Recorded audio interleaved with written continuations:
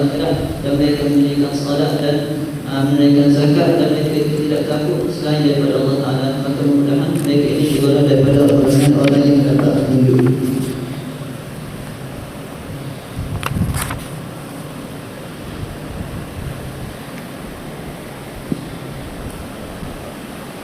Jadi tanpa membuang masa, ini mungkin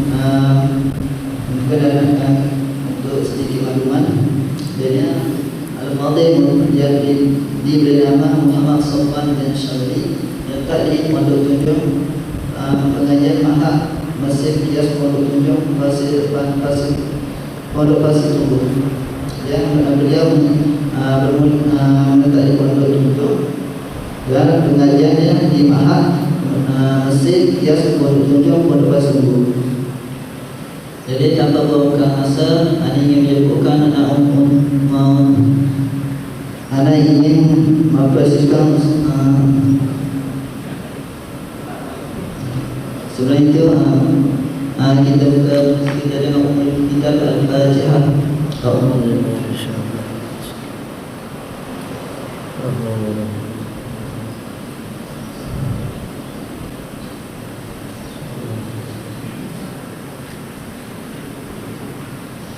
Oleh itu Ana menjemput Al-Fadhil Ustaz untuk menyampaikan dakwah beliau. Falyatafadhal ma'jura. Assalamualaikum warahmatullahi ta'ala wabarakatuh.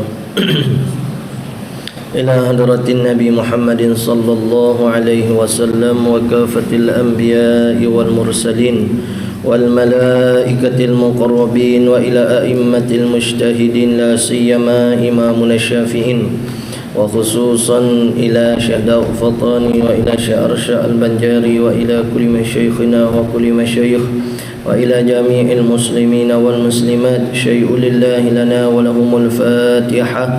أعوذ بالله من الشيطان الرجيم. بسم الله الرحمن الرحيم. الحمد لله رب العالمين الرحمن الرحيم مالك يوم الدين إياك نعبد وإياك نستعين اهدنا الصراط المستقيم صراط الذين أنعمت عليهم غير المغضوب عليهم ولا الضالين رب اغفر لي آمين.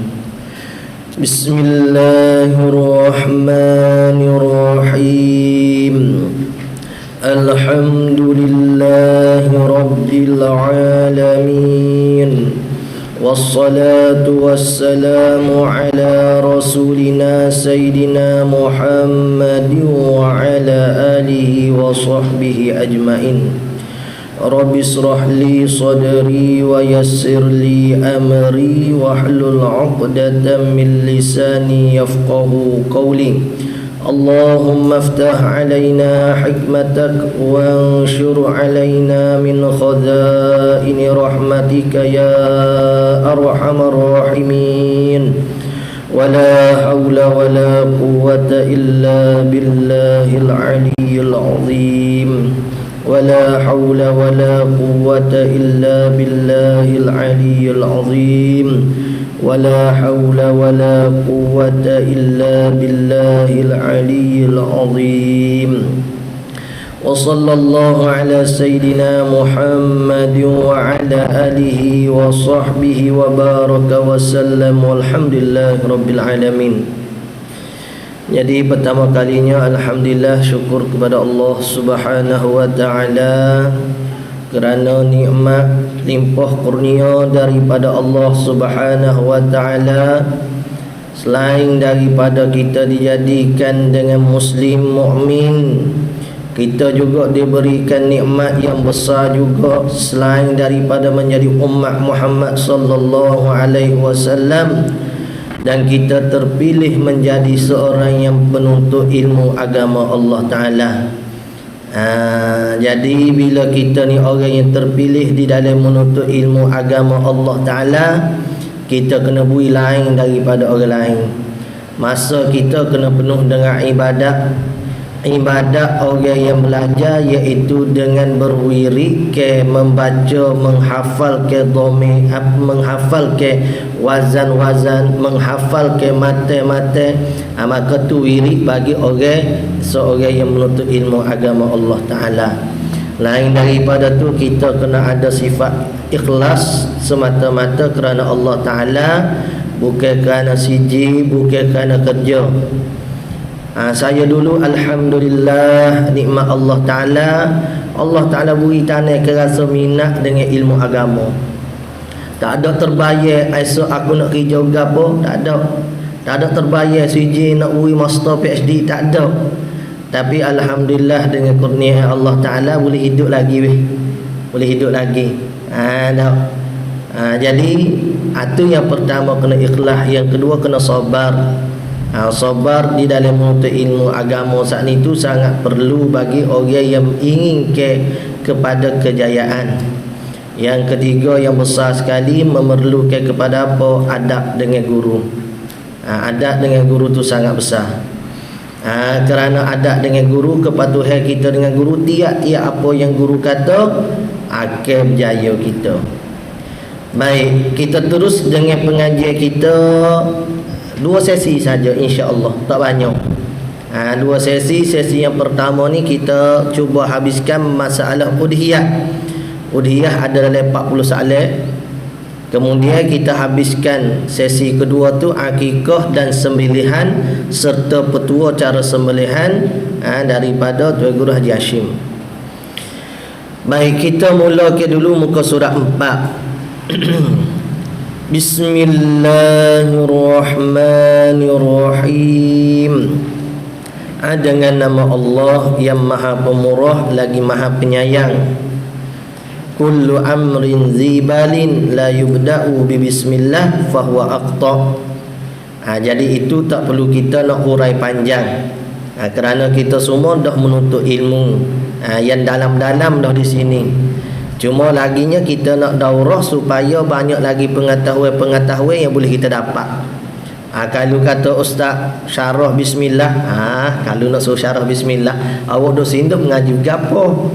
Tak perlu dah tu. Alhamdulillahi rabbil alamin. Segala puji bagi Allah Tuhan bagi sekalian alam. Bismillah dia panggil ibtida' hakiki. Alhamdulillah dia panggil ibtida' majazi. Karena tu pada sabda Nabi sallallahu alaihi wasallam ada hak berbunyi kullu amrin zibalin la yubda'u bilhamdallah. Maka ulama hipung ke bismillah tu ibtida' hakiki. Alhamdulillah tu ibtida' majazi. Segala puji bagi Allah Tuhan bagi sekalian alam.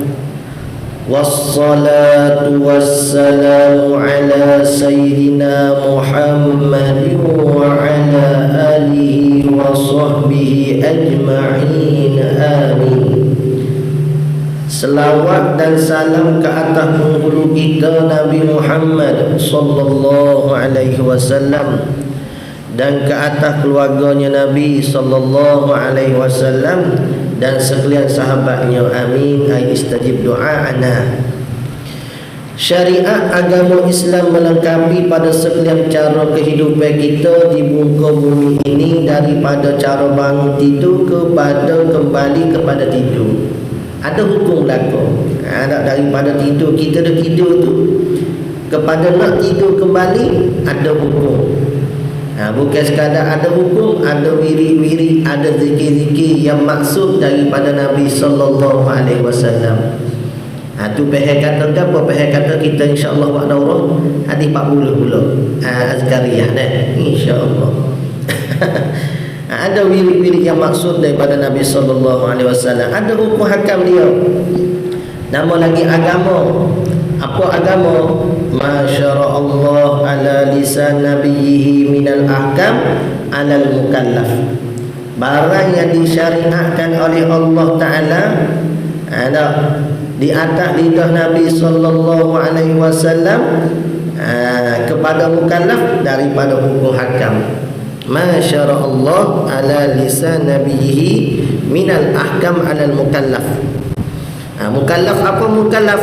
Mukallaf yakni man kullifa bi hukmi syar'i, mereka yang diberatkan ke atasnya hukum syarak. Maka orang itu dipanggil ke dia tu mukallaf. Di antara hukum yang wajib atas kita mukallaf, bila kata wajib atas tu menunjukkan kata wajib syarak. Kalau kata wajib bagi, kata wajib wajib pada hukum akal. Wajib pada syarak takrif dia ma yusabu ala fi'lihi wa yu'aqabu ala tarkih. Adapun wajib pada hukum akal ma la yatasawwaru fil aqli adamuhu. Ataupun boleh kita definisi ke juga wajib pada akal apa dia? Talabu syar'i talabu fi'li jaziman. Tuntut syarak, tuntut yang putus, tuntut pada buat yang putus, dengan maksud kata tak buat tak boleh. Berbeza dengan sunat. Talabu fi'li ghairu jaziman, tidak putus. Tak apalah kita ambil mana-mana definisi pun. Yang penting kita faham kata wajib itu benda yang kena buat, tak buat berdosa. Di antara hukum yang wajib atas kita mukallaf pelajari bagi mengikut ke baginda sallallahu alaihi wasallam. Tak apa-apa nak ikut Nabi, kerana Tuhan suruh ikut. Tak. Kul in kuntum tuhibbunallah fattabi'uni.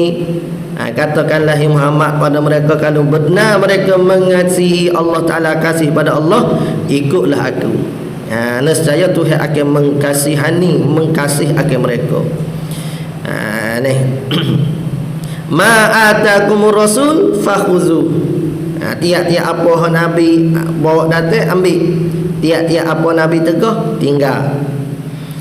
Ialah cara untuk berkorban dan akikah dan sembelihan. Ini di antara benda kalau kita nak ikut Nabi sallallahu alaihi wasallam kena pandai benda ni lah.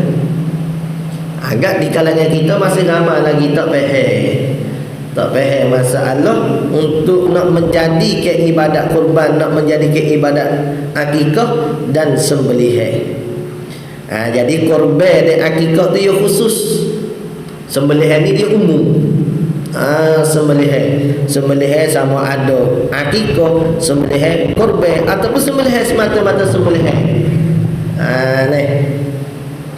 Jadi syarat kurban ni tiap-tiap syarat bagi sembelihan, syarat bagi kurban. Tidak tiap-tiap syarat bagi kurban, syarat bagi sembelihan. Sebab dia umum. Ada waktu khusus. Sebab itulah binatang kurban dia tak syarat, binatang sembelihan tak syarat pada sihat. Binatang kurban dia syarat pada sihat. Binatang sembelihan, binatang korban disyaratkan kena putus halkun dan meri dia. Tak baru sah pada sembelihan. Jadi nak yang kata tiap-tiap apa yang disyaratkan pada sembelihan, syarat juga kepada korban, tapi tidak akasnya. Boleh dikatakan setiap tahun kita akan bertemu dengan permasalahan korban tiap-tiap tahun, akikah dan sembelihan. Maka banyak berlaku kesalahan dalam kalangan masyarakat kita bagi melaksanakan ibadat tersebut. Banyak jadi salah. Kenapa banyak jadi salah? Sebab banyak tak belajar daripada hak belajar. Berapa kerat hak belajar ya? Hak ni ya. Lepas tu hak ni hak belajar bukan semua faham. Kau faham? Tak semua juga tak boleh faham. Terpilih pula bagi nak faham. Duk ngaji pondok, kita duk ngaji pondok kau, duk ngaji universiti kau, tidak semua faham. Dan tidak semua najah tu dia faham. Karena ada saja najah dengan cara tak faham. Faham kata. Ada najah dengan cara tak faham. Faham kata. Najah katanya begitulah. Jadi bila berlakunya masalah orang kita banyak tak belajar, hak belajar belum tentu kata nak faham, maka banyaklah berlaku salah di dalam melaksanakan ibadat korban dan akikah. Maka banyak berlaku kesalahan dalam kalangan masyarakat kita bagi melaksanakan ibadat tersebut, ibadat korban ni terutamanya lah. Ni sehingga menyebabkan amalan korban itu menjadi hukum sembelihan yang biasa. Jadi sembelihan biasa, ia tak jadi ibadat korban dah. Kalau dalam risalah korban tu dia musannif kata gapo? Dia jadi program korban. Tahun ini kita akan melaksanakan program korban. Apa program? Bila kata program tidak jadi ibadat lah. Dia di program dah. Itu cara. Lepas tu cara korban betul tak betul? Subuh kira. Ada dah program kita. Ya sepatutnya ibadat korban. Nak tambah program pun tambahlah. Jangan hilang ke ibadat. Biar sedar kata kita nak buat tu ibadat. Ada hukum hakam dia. Sehingga menyebabkan amalan korban itu menjadi hukum sembelihan yang biasa. Jadi sembelihan biasa. Jadi sembelihan biasa boleh berkira lagi, takut sembelihan pun tak jadi. Dah kita sembelih lembu orang. Apa sembelih lembu orang ni ustaz? Dah tak beli. Apa tak beli widui? Widui apa dengan tidak berlapah? Jadi kau widui untuk beli. Kalau kita tak belajar, tak jadi kena berlapah. Saya beli. Beli kapuk kena ya. Lembu seekor beribu, satu bahagian. Daripada berapa bahagian kena nyata ke. Kalau tak bukan kata korban, bukan kata sembelihan, hidup tasarruf ke harta orang haram hukum dia. Sedap selalu letak hukum. Tak ada sedap mana ada hukum yang begitu. Mentasarruf ke bagi orang ni haram ke haram? Jadi dah jual beli kadang-kadang orang hok mari nak sembelih wakil sembelih. Orang tak ada wakil pun lagi ke dia nya. Dak dia mari mana lembu puak lalu nak pergi lembu sah lagi pula tu. Sah ke tak sah? Jadi benda begitu. Orang awal pun begitu, hok tok imam, hok ustaz hok nak sembelih lembu pun begitu. Patut siapa dia hok nak jadi? Tak jadi berlaku. Maka tak dapatlah fadilat korban. Maka dengan pertolongan daripada Allah Ta'ala, ni kita tak lepaslah dengan Tuhan. Tuhan beri taufik ni. Ramai lagi orang lain daripada kita nya. Kita jahil. Tapi mana buat buku dah jahil. Kadang-kadang kita lah. Kenapa daripada pindah ambil Syekh Daud, dari Syekh Arsyad Banjari, dari Anas dan sebagainya, pindah ambil sedikit usaha. Apa pindah begitu, orang bodoh pun boleh. Apa kita ni bodoh ya.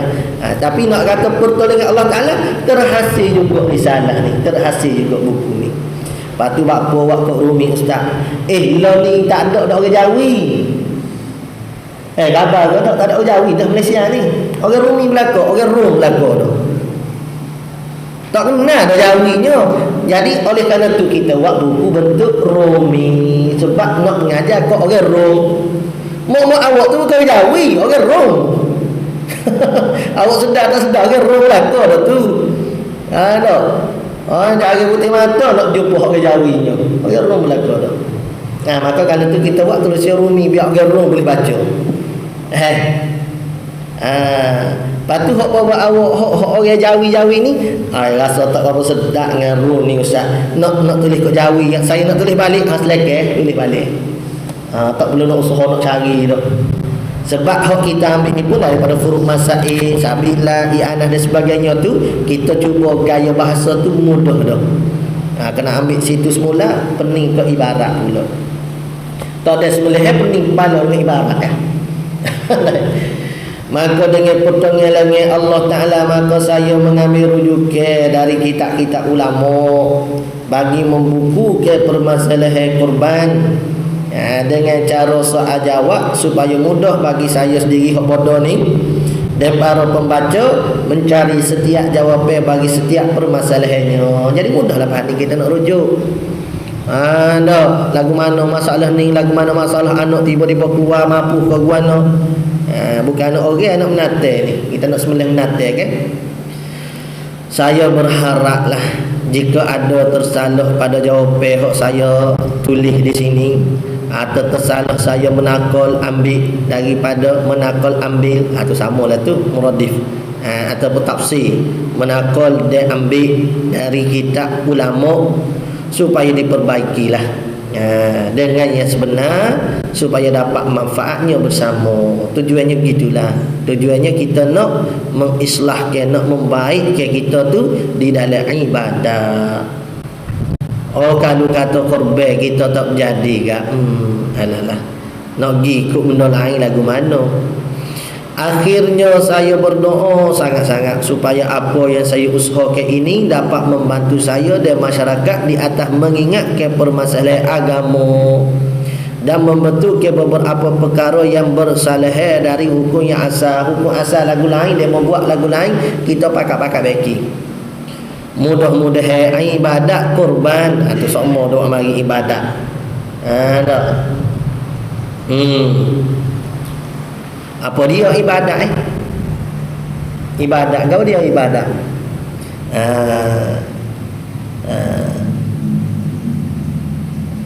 Buat apa yang Tuhan suruh, tinggal apa yang Tuhan larang. Itu namanya ibadat. Isaru awamirihi wajtinabu nawahi. Apa yang Tuhan suruh kita buat, apa yang Tuhan tegah kita tinggal. Itu dipanggilkan ibadat. Semaya belum tentu ibadat lagi. Sebab semaya itu ada hak haram. Seperti orang dah lahir haram. Jadi nak boleh jadikan ibadat, tengok dulu benda tu Tuhan suruh ke Tuhan tegah. Mudah-mudahan ibadat kurban, akikah dan sembelihan yang kita kerjakan, kata yang sedap sikit yang kita kerjakan akan dikira dan diberikan ganjaran oleh Allah Ta'ala. Yang kita kerjakan tu orang panggil nisbah pada zahir je lah. Hakikat Allah Ta'ala juga. Nisbah ke zahir. Kita ahli sunnah ni kan, nisbah pada zahir pada diri kita tak ada masalah. Akan dikira dan diberikan ganjaran oleh Allah di hari akhirat yang mana tiada lagi manfaat wang ringgit. Ada dah ni lah tu kedudukan datuk dan seri dan ramainya anak, kecuali mereka yang datang kepada Allah Ta'ala dalam keadaan hati dan ambil daripada ayat yaumala yanfa'u malun wala banun illa man atallaha biqalbin salim. Wa sallallahu ala sayyidina Muhammadin wa ala alihi wa sahbihi wa sallam walhamdulillahi rabbil alamin. Sesaat situ kita masuk pada soal jawab berkaitan dengan kurban.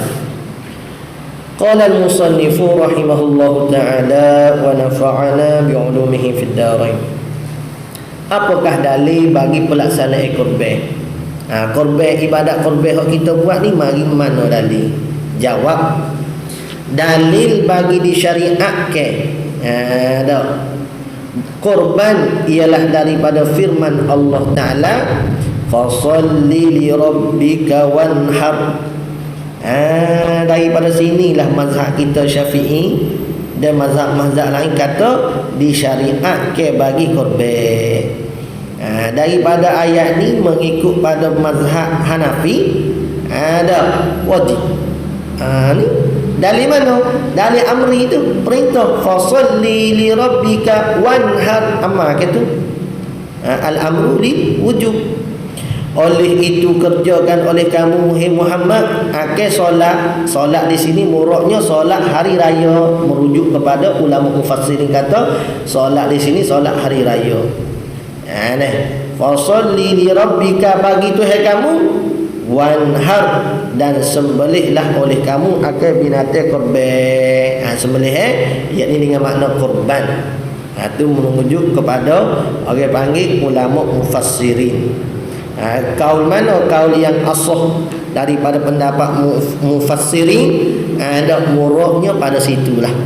Itu nota kaki di bawah tu ada tak murak dengan solat itu solat hari raya, dia sembelih di situ dengan makna kurban, berlaku di atas pendapat yang asah bagi pendapat ulama tafsir. Dalil daripada hadis pula mana? Pada sabda Nabi sallallahu alaihi wasallam, ma amalu ibnu adama yawman nahri min amalin ahabba ila Allah ta'ala min iraqatid dami innaha la ta'ti yaumal qiyamati bi quruniha wa azlafiha wa inna ad-dama la yaqa'u min Allah bi makanin qabla an yaqa'a 'ala al-ardi fatayyibu biha nafsan. Tiadalah amalan yang dikerjakan oleh anak Adam pada hari kurban, hari raya lah, yang terlebih kasih oleh Allah Ta'ala daripada menumpahkan darah, iaitu mana? Menyembelih ke binatang kurban. Hak paling Tuhan kasihnya ialah kita buat kurban. Pada hari raya kurban kita buat kurban. Hak tu hak Tuhan kasih sekali ke kita. Sesungguhnya korban itu lagi akan datang pada hari kiamat dengan sekalian tanduknya. Sebab tu binatang korban ni afdal hak bertanduk. Lembu gapo hak tanduk besar. Lembu gapo? Lembu Afrika. Kalau ada kemampuan beli lembu Afrika, besar tanduk dia. Nah. Dan kuku kakinya dan bahawa darahnya akan jatuh di sisi Allah Ta'ala pada suatu tempat yang mulia sebelum daripada jatuhnya ke bumi. Nak kata tak ada jatuh ke bumi lagi, darah kita tumpah ke daripada binatang kurban kita, Allah Ta'ala terima dah. Tu nak kata begitu sekali hebat amalan kurban pada hari raya kurban. Lagi pula amalan kurban ni kita tahu kata lebihnya amalan kurban sebab apa? Sebab tidak ada pada hari-hari yang lain, pada bulan-bulan yang lain, kecuali hanya 4 hari tersebut sahaja. Maka tu menunjukkan kata ibadat tu lebih. Lagi pula menunjuk kata ibadat tu lebih. Tidak semua binatang boleh kita sembelih untuk dijadikan binatang kurban. Hanya binatang-binatang tertentu sahaja. Tu boleh kata lebih.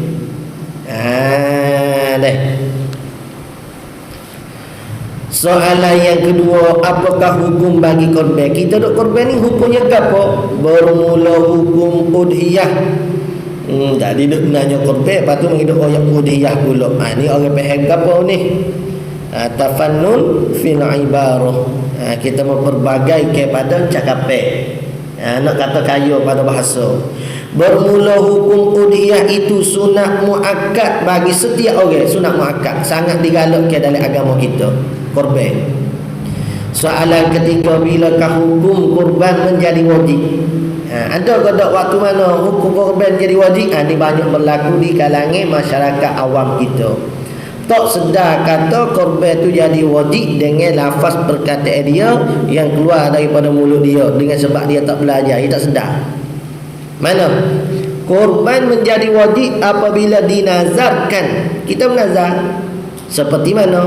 Dikatanya bagi Allah Ta'ala di atasku bahawa aku perbuat udhiyah dengan ini, atau pada hukum nazar. Ini banyak berlaku hukum nazar lah. Orang tersalahnya hak nazar tu kebanyakan orang tahu.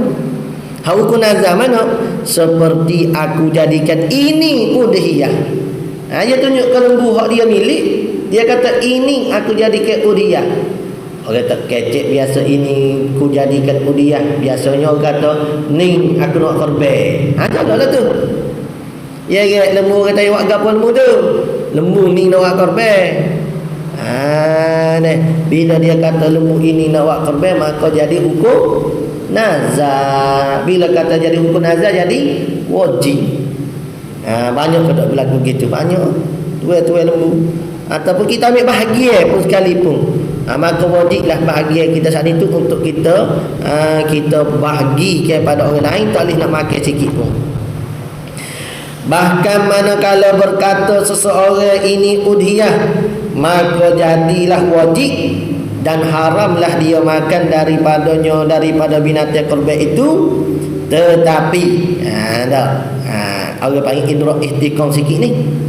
Tetapi tak dikata wajib, pindah hukum. Maksud kata tak jadi wajib, tetapi tiada jadi wajib seperti dikata ketika sembelihan. Ni masa sembelihan kita kata beginilah. Mana? Bismillah Allahumma hadhihi udhiyati fataqabbala minni Dah kita kata gitu. Ya Allah, ini udhiyahku, maka terimalah daripadaku. Tu tadi kata, kalau kata ini udhiyah jadi wajib. Tapi bila kita berlapah dengan kata hadhihi udhiyati, tak jadi wajib. Kenapa? Maka tidak jadi udhiyah itu wajib kerana dikosak tabarruk dengannya, dengan lafaz tersebut. Hak masa kita kata bismillah Allahumma hadhihi udhiyati fataqabbal minni, hak tu tak jadi wajib sebab kita lafaz dengan bismillah Allahumma hadhihi udhiyati fataqabbal minni tu ialah lafaz tadi tu lafaz litabarruk. Ada tututan. Tu boleh kita boleh rujuk pada kitab Bahrul Wafi pun ada sebut kata begitulah. Tak jadi wajib. Soalan yang keempat, apakah pengertian udhiyah? Udhiyah tu sendiri gapo masuk udhiyah? Jawab, udhiyah pada bahasa ialah binatang yang disembelih pada waktu duha. Jadi supaya waktu-waktu duha sekarang ni, kalau orang sembelih lembu namanya udhiyah. Gapo tu? Udhiyah. Udhiyah pada bahasa. Supaya solat pada bahasa apa dia? Doa. Sebab itulah pendapat doa dalam di antara pendapat doanya mana solat jenazah tidak perlu kepada wudu. Ada pendapat doa disebabkan apa? Kerana makna solat pada lugatan tu ialah doa. Jadi semata-mata doa tak perlu pada wudu pun tak apa. Tapi kena wudu lah, jangan tak ambil pula bah ni. Nak mentah kata gitu kan, tak payah wudu kita galing. Aling apa? Ni orang guna pendapat doa ini tiga-tiga. Supaya orang haji, apa maksud haji pada lughah? Qasak. Semata-mata tuju hati kita qasak, maka panggil haji. Nak naik motor tak apa-apa tapi keledar kena sama. Pakai serbet tu haji yang boleh. Orang tanya haji ke? Amo haji. Amo tak haji. Amo nak pergi tuju pada satu tempat pada lughah. Dia panggil pada lughah. Supaya Nabi Ibrahim AS dengan siapa? Sayyidatina Sarah, isteri dia tu, okey. Bila pergi waktu tu saya nak boleh ke siapa dia sekali lagi? Sayyidina lagi je. Mak Nabi Ismail. Siti Hajar. Jadi nak dapat kau Siti Hajar ni, siapa dia? Sayyidah Siti Hajar ni hamba bagi Siti Sarah pada asalnya. Hamba dia. Lagu mana tiba-tiba dapat hamba? Al-kisahnya Nabi Ibrahim AS nak menuju pada satu negeri namanya Mesir. Raja di sana tu bengong sikit weh. Bengong lagu mana? Suka ke bini orang? Tak gitu. Suka nak dagu, kau suka bini orang. Kalau dia suka ke bini orang tu bengong dia panggil. Dia suka ke bini orang. Bapa dia suka ke bini orang? Sebab kalau dia bini orang tentu ada benda yang something kita kata special. Baru orang menikah. Kalau kita nak menikah kalau tak special pada orang betina. Jadi oleh kerana tu raja dia memiliki pada perempuan itu tentu ada benda lebih. Maka kerana itulah Nabi Ibrahim pesan ke bini dia bila sampai situ, bila ditanya dia kata ini saudaraku, bukan bini. Nipu ke? Tak menipu gitu. Nak buat hello ya. Betul lah saudara seagama. Tapi oleh kerana Siti Sarah comel, nyakak juga bagi ke raja. Dah main askar ni.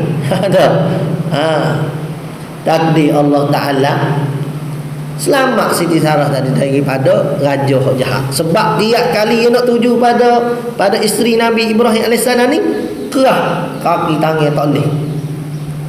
Lepas tu dia minta maaf. Dia kata tolong doalah kepada Tuhanmu biar sembuh ke balik aku. Sembuh balik. Sembuh nak buat pula. Kerah pula. Orang ni. Tobat. Akhir sekali dia bebaskan. Dia bebaskan sebab dia kata kepada pengawal dia, ni ahli sihir ni kali juga. Dia kemudian dia hadiahkan seorang hamba, baru dapat. Siti Hajar tadi. Jadi nak kata buat hello. Buat hello. Adapun pada syarak udhiyah ni apa? Binatang yang disembelih daripada binatang na'am. Kata tu kena binatang tertentu. Lembu hutan boleh kalau kita nak sembelih kebah hutan, kebah hutan. Kebah hutan boleh sembelih. Keldai hutan kau. Kedai bandar ni nak sembelih pun tak boleh. Usahkan kata nak korban. Tak.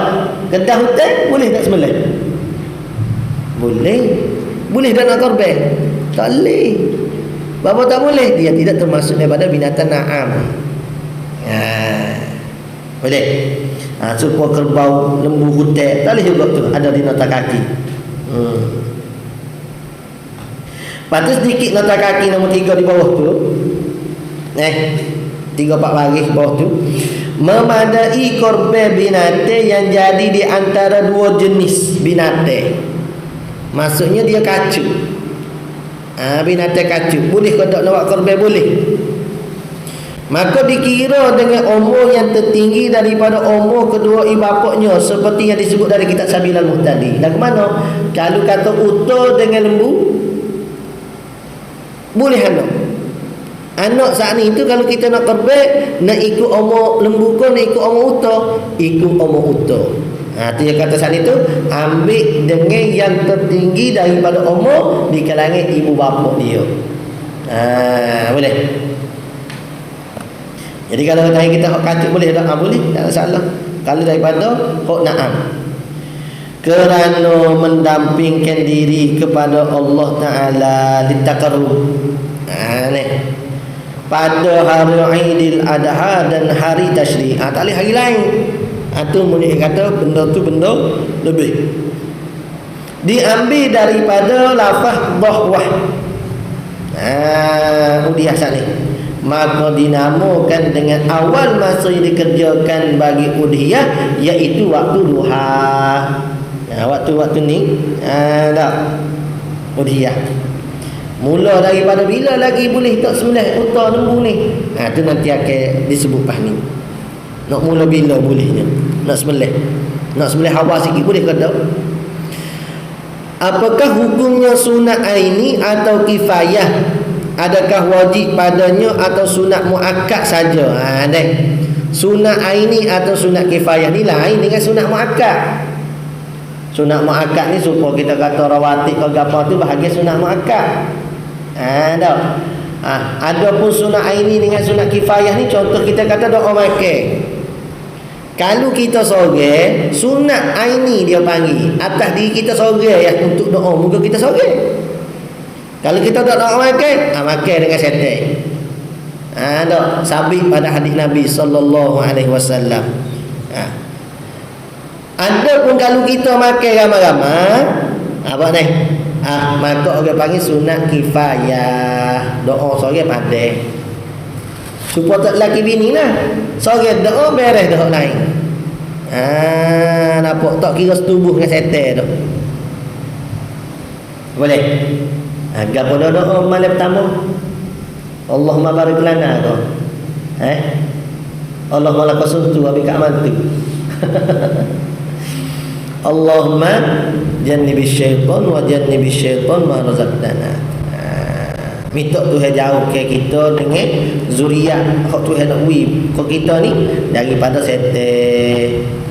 Kalau tak doa dengan doa tersebut, tiba-tiba malam pertama yang jadi benih kita saat ni.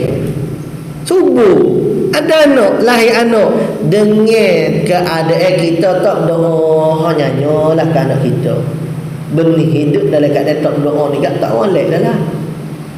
Sebab tu seboleh-bolehnya kita berdoa. Allah tak lupa dah lawi tengok retina. Tengok hak biasa pun ni, tengok hak tak ada baju ustaz. Saya ni warak tak ada tengok hak tak ada baju. Dia mau naik tak apa besok dah. Ya warak ke. Kena ingat jugalah, kena ingat dah, ingat ke Tuhan. Masya-Allah. Ingat ke Tuhan. Tapi ada sesuatu cerita ni ke. Orang ahli ilmu malam pertama tak jadi kerja. Bapa bila dia masuk ke bilik pengantin tu, dia tengok pada satu rak tu ada kitab. Ni pun belek. Kebetulan kitab tu dia tak ada baca, tak ada jumpa pun lagi. Belek. Oh, kabar-kabar tak kabar ni. Akhir dengar tuk tua ketuk subuh. Nyanyi kau kata nak jadi tidur semalam. Cik Abel tak layak. Tu orang ahli ilmu. Nek. Tu baru betul orang ahli ilmu. Menikah sebelum menikah ni. Saya ayat tu kau bini saya kata awak ni nombor 2 dah. Kan dia ayat kata. Nombor 1 mana? Ni. Jadi lepas ni kalau kata kita sibuk dengan mengaji pun dia tak marah lah. Sebab dia tahu dah yang kedua dia sedar diri dia panggil. Ni buat dia je nombor 1 hilang lah dia. Apa kalau nak jadi orang alim betul tak? Orang alim dulu. Bini suak nak tulis kitab ke apa semua. Bini suak tak ada nak pakai. Saya dah pengalaman waktu tu. Sekali dua je lah kita pula sebab bini masa lebih banyak. Nak kata orang ni dulu masa tak ada lebih. Tekung dengan ibadat, tekung dengan ilmu saat ni. Hati siapa tak menikah Imam Nawawi dan sebagainya tu. Kita bukan tak ada menikah. Dia ramah pun ada. Dia ramah pun ada. Ustaz tak cukup so. Cari hak lain pula. Buanglah dengan ilmu kita ni. Tinggal jauh lah. Kalau main tengok Odino dekat. Tak ada dah lah. Baik kat situ.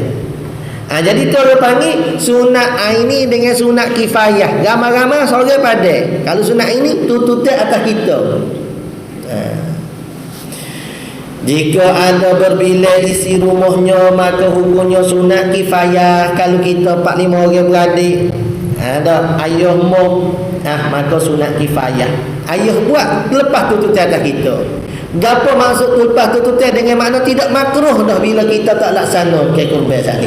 Sebab ada dah daripada ahli keluarga yang melaksanakan. Tapi kalau kata semua ahli keluarga kita tak laksanakan korban tahun ni, maka hukumnya makruh atas kita semua. Supaya makan tak baca doa berlaku. Tak. Sekali deh tak baca doa sebab ikan goreng. Allahumma barik lana fi. Kau ni main KFC. Setahun sekali belum tentu. Oh lupa dah doa. Baru mari KFC barunya. Lupa dah betul. Sebab tu kata guru tasawuf kita orang jenis gini orang bodoh seorang sultan menghadiahkan kepada kita satu kereta besar comel. Maka kita pun tertumpu perhatian kita sepenuhnya kepada kereta ni. Lupa dah sultan, lupa dah tuanku saat ni. Dah tuanku dah kunci beres dah, tak apa dah tuankunya. Sultan hari ni bodoh lah cara dia. Kita fokus pada kereta tadi. Ni bodoh kita. Apa? Apa maksud bodoh? Sultan hari ni bukan kata-kata sebuah ning. Berpuluh-puluh kereta lagi sudah mereka kita. Tapi dah bila kita tinggalkan sultan hari ni lagi mana? Tak ada dalam bahagian lainnya. Boleh hak ning je lah. Begitu jugalah bila kita mendapat dunia, kita lupa kau Tuhan. Bodohlah kita sebab Tuhan boleh beri lebih pada tu lagi. Tapi cuba kita tak pandai. Tuhan beri waktu, Tuhan beri ni tak pandai. Alhamdulillah, nampak Tuhan. Orang jenis gini ada tak rugi dunia, tak rugi akhirat. Tidak. Ngajilah tasawuf. Ngaji tasawuf. Kita pernah alami lah ngaji syariah ni. Ngaji syariah agak aneh juga balik kampung. Habis orang lain tosok, hari. Salah laku orang lain. Muka baru ngaji. Nama sikit ngaji Allah bodohnya aku duduk apa begitu. Sebab ada tapisah dah dengan ilmu tasawuf saat ni. Nak jaga ke isi dalam saat itu balut dengan tasawuf baru selamat agama kita. Jadi hukum dia sunat kifayah kalau lama dan jika tiada berbilik kita sorang ya. Dengan dikata sebatang kara. Maka jadi sunat ini hukum dia kita buat kebek. Hukumnya adalah sunat muakkad. Sebut dalam sabilah makruh meninggalkan kurban kerana ada khilaf ulama kata wajib nak kurban ni. Maka kerana tu kurban ni lebih afdal daripada sedekah sunat. Raya tak kumpul duit untuk kurban lah. Pada hak umat daripada hak Nabi sallallahu alaihi wasallam hukumnya wajib. Umirtu bin nahri wa huwa sunnatul lakum. Aku diperintahkan dengan korban dan disunatkan bagi kamu. Kamu semua sunat, aku wajib. Itu sabda Nabi sallallahu alaihi wasallam. Soalan kena siapakah yang dituntut melakukan udhiyah? Mereka yang dituntut udhiyah ialah seorang yang muslim, cerdik, merdeka dan kuasa, iaitu siapa dia kuasa sini? Iaitu yang kuasa, mereka yang memiliki lebih daripada barang yang dia dapat udhiyah, yakni pada hari raya dan malam raya. Dia ada lebih daripada duit dia. Agak pendek kata tiap-tiap tahun lah dituntut, sebab kita ni memang ada lebih pada duit kita. Orang tua lah, orang muda ni mungkin tak ada duit. Kita kata pendek kata kalau keluarga kita, ayah kita, mak kita kat, pendek katanya tiap-tiap tahun tu mesti kena korban. Ada tuntutan untuk dia kerjakan korban. Kalau tak, makruh hukumnya. Apakah hukum jika tiada mengerjakan udhiyah oleh seluruh ahli keluarga? Tak ada seorang pun buat udhiyah. Jawab, jika seluruh ahli keluarga tidak mengerjakan korban, maka jadi makruh. Dan apabila dikerjakan oleh seorang daripada mereka, maka lepaslah tuntutannya. Tuntutan korban lain lepas. Tetapi pahalanya tertentu bagi yang mengerjakannya. Jadi kalau kata 5 orang, ayah kita, mak kita, adik-adik 3 orang, seorang buat, hak lain tak jadi makruh dah. Tetapi pada masalah pahala, ayah seorang je lah dapatnya, adik-adik lain tak dapat, mak pun tak dapat. Tetapi pahalanya tertentu bagi yang mengerjakannya, mengerjakan korban sahaja. Seumpama solat jenazah, yang mana jika dilakukan oleh seorang sahaja, maka lepaslah tuntutannya. Yang lain, orang lain tak berdosa dah, tapi pahalanya boleh ke orang pergi sembahyang mayat je lah. Duit pun boleh duit ke orang pergi sembahyang mayat je lah. Kita ada duit. Duit ni mayat-mayat ni kita ambil mayat-mayat kat sini. Mayat tak, takut tak mayat-mayat. Duit mayat ni kata kita ambil, rezeki tak boleh tolak. Patutnya Allah gitu mau nak ke duit, tidak nak ke duit, rezeki tu heavy, alhamdulillah.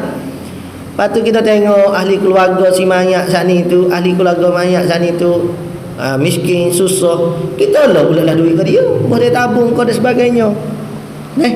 Pahala dapat ke kita, pahala dapat pada keluarga si mayat tadi, tanpa menguraikan sesing pun di kita, tanpa menguraikan sesing pun di keluarga ahli si mayat. Ni tak apalah, tak apa. Orang duit ambil dulu. Pertama, kita menolong dia untuk nak mendapat pahala. Yang kedua, kita dapat duit.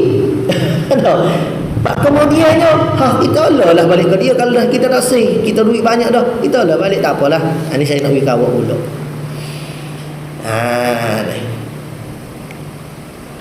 Tapi kalau duit tutup bubui sipek, tutup bubui duit sipek.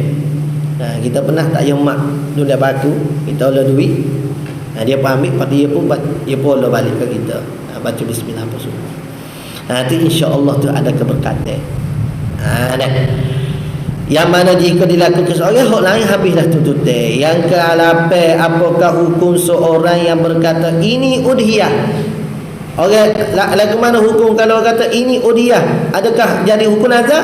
Jawab, tiada dinamakan nazar. Ingat, bila orang kata ini udhiyah, tak jadi nazar. Nazar ni bila dia guna nama Allah Ta'ala, bagi Allah atasku untuk buat korban baru, jadi nazar.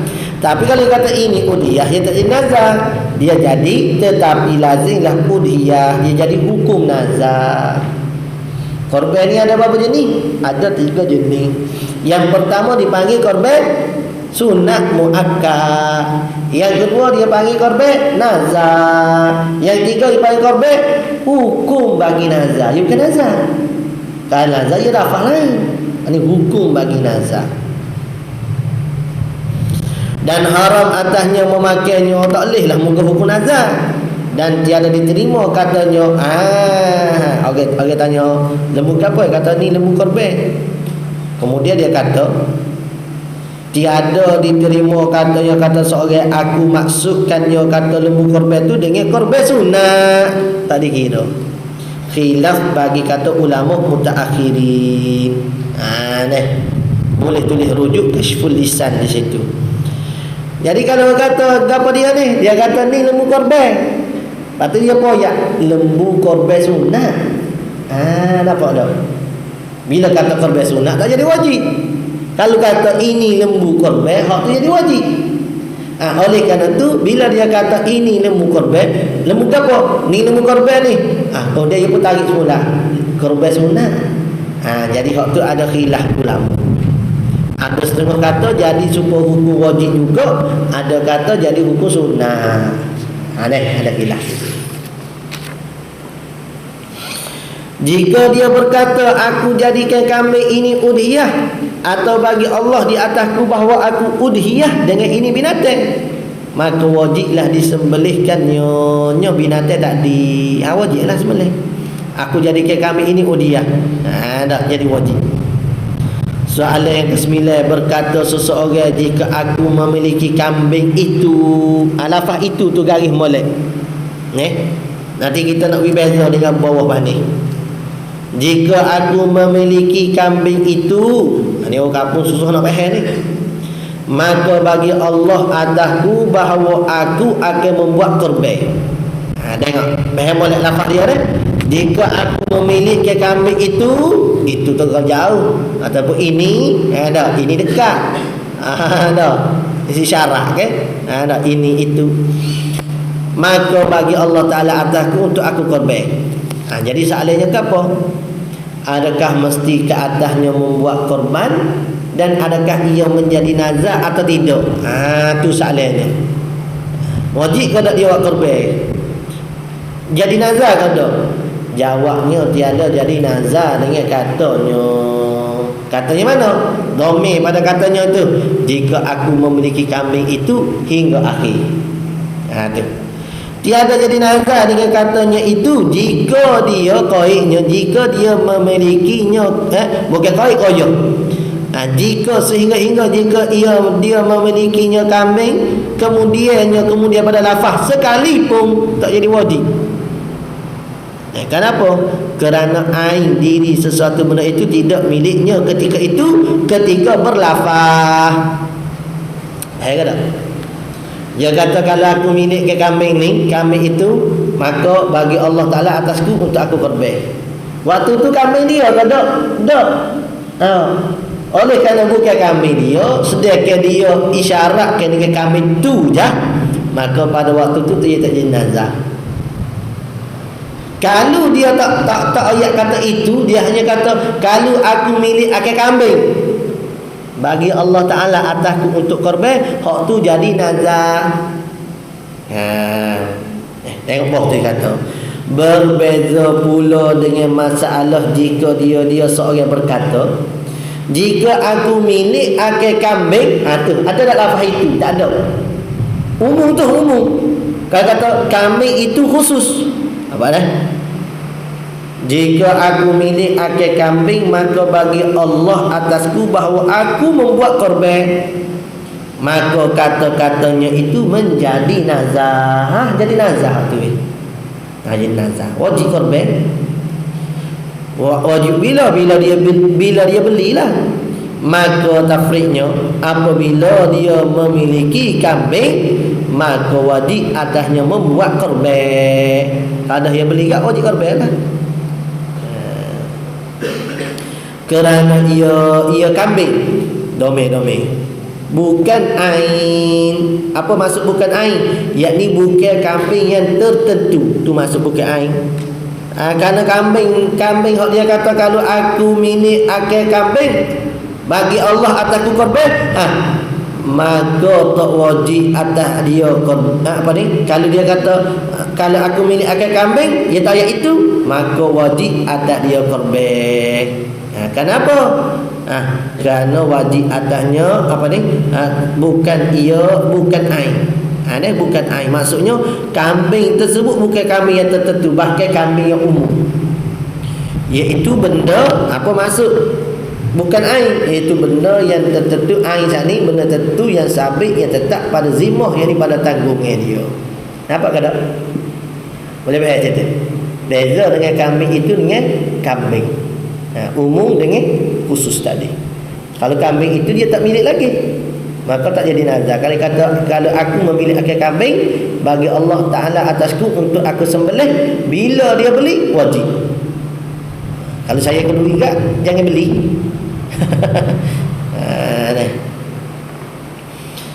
Soalan ke-10, adakah makruh orang yang hendak berbuat korban dia memotong rambut atau kukunya yang panjang pada 10 hari bulan Zulhijjah, sedangkan dia berkehendak ihram, atau dua masalah, ingin mengerjakan solat Jumaat pemaring lah, mari Jumaat ni berapa Zulhijjah dah, 3, 2 ni. Adakah makruh dia berhias dengan bercukur misai dan bulunya serta memotong kukunya, boleh ke tak? Dia nak korban Jumaat ni, tapi Jumaat kemarin dia bila dah hari Jumaat sunat kita kerak kuku ni, kita kemah-kemah misai kita. Jadi boleh ke? Jawabnya tiada makruh. Tiada makruh, boleh.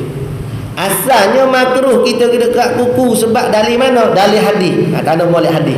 Iza ra'aitum hilala, iza ra'aitumul hilala Zilhijjah wa arada ahadukum an yudhhiya falyumsik an sya'rihi wa azfarihi. Iza ra'aitumul hilala, apabila kamu melihat ke akhir hilal Zilhijjah, bulan Zulhijjah, awal bulan, wa arada ahadukum an yudhhiya, dan kehendak salah seorang kamu untuk berudhiyah, falyumsik, maka hendaklah dia tahan, an sya'rihi wa azfarihi, daripada rambut bulu-bulu dia dan kuku dia. Riwayat Imam Muslim. Tak boleh.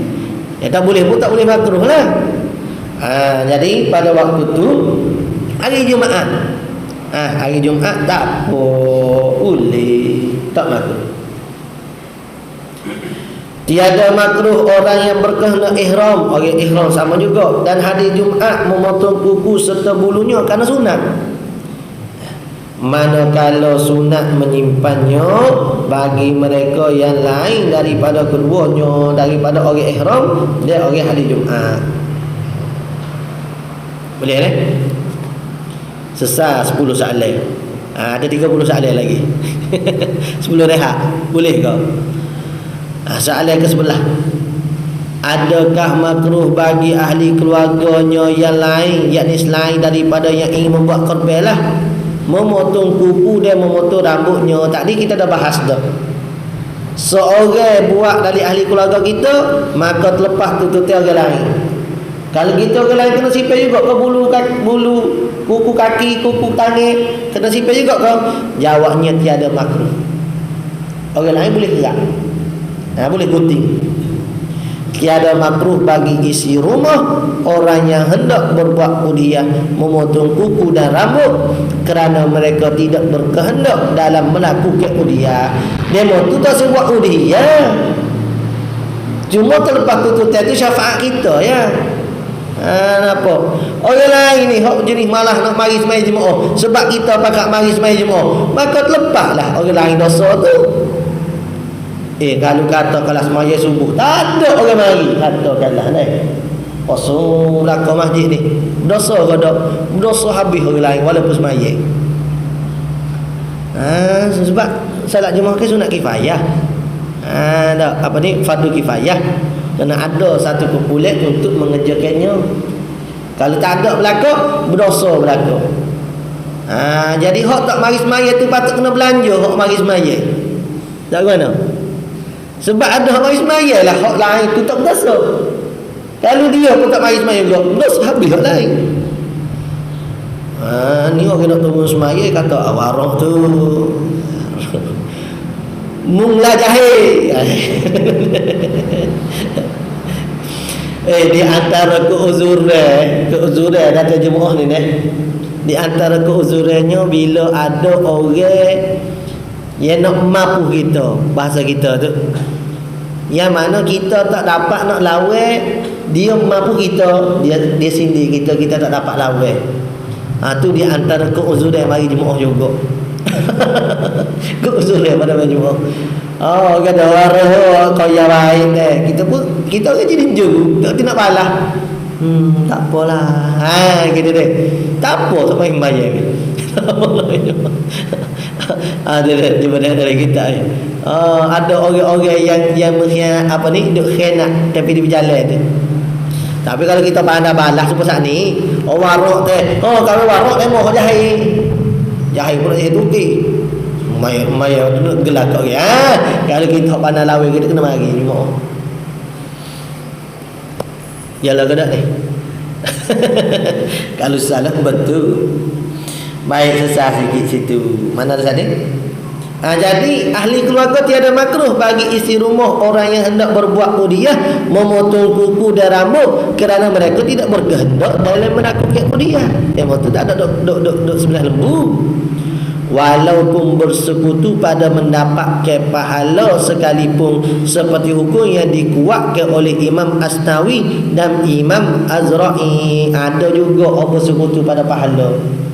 Ada. Dia sebenarnya tu dia niat pahala kepada kaum keluarga dia. Bersekutu pada pahala. Dia sembelih ni bersekutu pada pahala boleh. Bersekutu pada bahagia tak boleh. Dia 300, adik dia 300, nak ambil segi tak boleh. Lepas tu boleh jalan ke mana? Gini lah, tahun ni adik we ke kak 300, duit kak 300, kak sembelih. Tahun depan kak hadiah ke adik 300, tambah duit adik 300, adik sembelih. Tak apa, supaya dalam syarikat lah. So syarikat pakai duit ambil nak buat korban, hantar kata jadi korban tu. Nak buat program korban tahun ni, kutiklah 20 ya, 30 ya, 100 ya, 50 ya. Kutik ambil beli sekon bu. Untuk apa? Untuk satu syarikat. Boleh ke? Tak boleh. Dia hanya boleh 7 orang aja. Lepas tu nak buat lagu mana biar boleh. Ambillah 7 penama daripada ahli syarikat saat itu untuk dihebohkan kepada mereka biar demo dapat sembelih pada tahun ni. Atau kita dapat apa? Dapat pahala, tak awanu alal birri wat taqwa.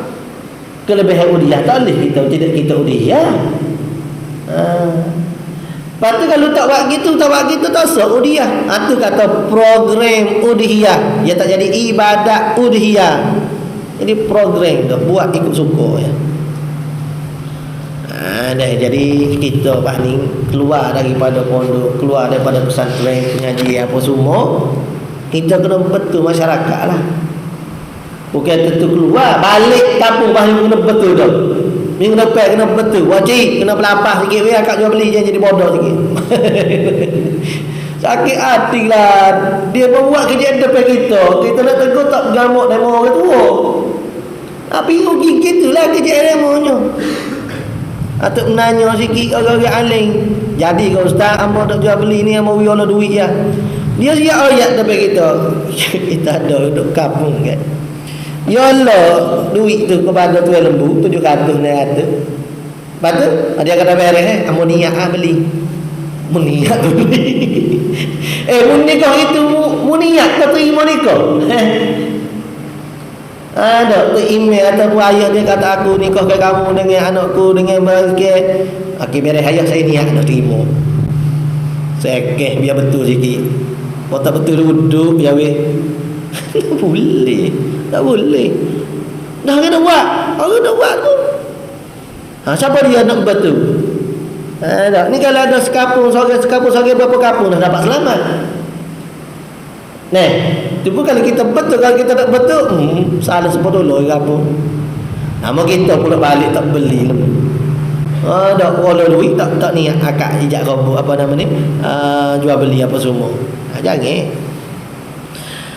Adakah tegah makruh tersebut hingga tamat sekali hari tasyrik talih kat kuku tu? Tegah makruh tersebut sehingga selesai korban. Dah bila korban bolehlah kat kuku. Manakala apabila setelah selesai korbannya, maka tiada makruh lagi ke atasnya tegahan tersebut, tegah kat kuku saat ni. Tak apalah. Ke-13, sunat bagi lelaki menyembelih sendiri jika dia pandai menyembelih, dan jika dia tidak pandai maka sunat dia menyaksikan sembelihan yang dilakukan oleh orang yang diwakilkan. Gitu dah. Kalau kita pandai sembelih sendiri. Kalau tak, wakil kat orang. Wakil kena lihat lafaz molek wakil. Wakil pada awak untuk sembelih. Wakil pada awak untuk gapo. Kena ya. Kalau kita malah nak cara sangat, kita kata saya wakil kepada awak untuk uruskan ibadat korban saya.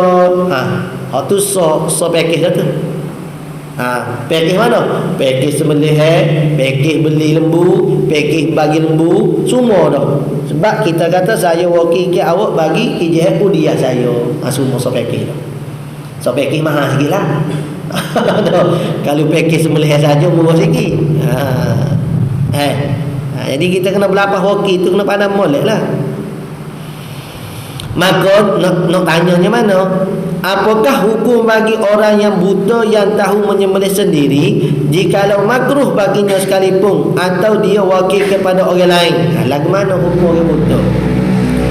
Orang buta nak sembelih sendiri korban dia. Sunat sembelih bagi yang pandai itu ialah yang akmal, orang yang sempurna, bukan buta. Adapun bagi orang yang buta, maka dia tidak akmal, dia bukan sempurna, tidak akmal menyembelih sendiri. Maka sunat dia wakil kepada seseorang, wakil ke lain lah untuk sembelih. Sama seperti hukum perempuan dan khonsa, wakil lah pada orang. Hendaklah yang menyembelih itu orang faqih, orang alim, muslim, dan jika dia murahik atau safih sekalipun. Murahik ni kanak-kanak, orang remaja tu lah, remaja. Kita kata hok tak ada tumbuh bulu nisa apa semua, tu haram tu. Haram kita melihat dengan keadaan keinginan lah. Dia supaya kat dia lembutnya, tu nak jadi macam-macam tu. Atau safih orang tidak rasyid lah, boleh sekalipun, tak apa.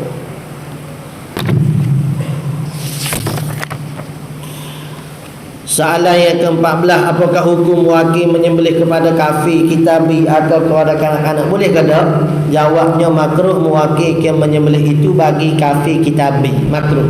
Kenal tak kafir kitabi ni? Tak senang orang panjang dah tu. Atau kanak-kanak boleh. Tiada makruh bagi seumpama perempuan yang datang orang perempuan tak ada makruh dia kata. Boleh rujuk Furuq Masai ni, muka surat 261 Furuq Masai. Apakah perkara yang sunat dilakukan bagi mereka yang menyembelih binatang korban? Waktu sembelih tu apa dia sunat? Disunatkan mereka yang hendak menyembelih itu dia menghadirkan pada hatinya kebesaran Allah dalam hati kita. Tuhan yang memberi nikmat akan dia akan seorang tu, dan bersyukur di atas binatang yang dapat dibuat korban. Gamal orang tak korban. Bukan masalah ada duit tak ada duit. Ada orang tak beri taufik hidayah pada dia, tak boleh korban. Nak isra tak ada apa tak korban pun. Kita mudah-mudahan Allah tak ada wisra kalau kita ruginya aku kata korban, mudah-mudahan, amin. Dan menambahkan lagi rasa syukur disebabkan darah yang mengalir dari binatang korbannya itu menghapuskan segala dosa yang dikerjakan sebelumnya. Kelebihan binatang korban. Ada pun kalau sembelih biasa dia tak sampai tahap ni. Dia tak sampai tahap ni. Tetapi oleh kerana binatang tu binatang orang panggil binatang korban, maka pada waktu tu ada kelebihan pada syarak bila binatang tu binatang korban. Soalan ke-16, berapakah umur binatang yang hendak dibuat korban? Jawab, umur binatang yang hendak dibuat korban yang pertama unta. Umur 5 tahun masuk kepada tahun yang ke-6. Jadi ingat masalah umur ni, kalau kata lembu kau, kambing kau, unta kau besar tapi tak cukup umur, tak boleh. Tak boleh nak korban. Dia bukan masalah lembu unta tu nak pada besar, ya nak pada besar, tetapi syarat untuk sah bagi korban ialah cukup pada umur. Apa perlu cukup umur, kalau besar tak perlulah. Itu orang panggil amrun ta'abbudi, tu dia panggil pekerjaan semata-mata ibadat kita pada Allah. Dah Allah Ta'ala suruh kita dengan lembu hak cukup umur, kena cari hak cukup umur. Dah. Walaupun lembu tu besar, kalau tak cukup umur, tak boleh kita sembelih. Itu dia kerjaan orang panggil amrun ta'abbudi. Yang kedua, lembu atau kerbau yang umur 2 tahun masuk kepada tahun yang ketiga. Yang ketiga, kambing yang berumur 2 tahun atau bersaling giginya. Yang keempat, kibas umur 1 tahun atau bersaling giginya. Itu umur dia.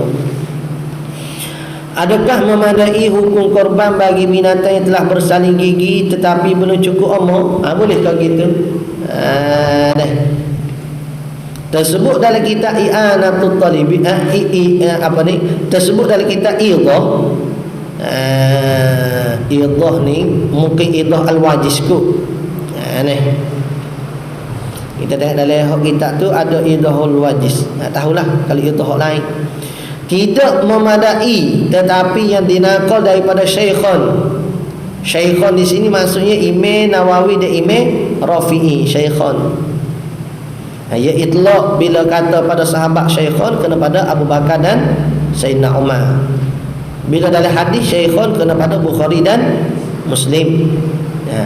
Bila kata Syekhon dalam mazhab Syafi'i kena pada Imam Abu Qasim Abdul Karim Ibnu Muhammad Ar-Rafi'i dan Imam Muhyiddin Abu Zakaria Yahya bin Sharaf An-Nawawi. Memadai binatang yang telah bersaling giginya walaupun belum cukup umur untuk dibuat korban. Ada kata memadai juga. Jadi binatang ni dia gigi susu, lepas tu dia saling gigi. Kemudian ala ketua sikit dia jadi gugur gigi dia.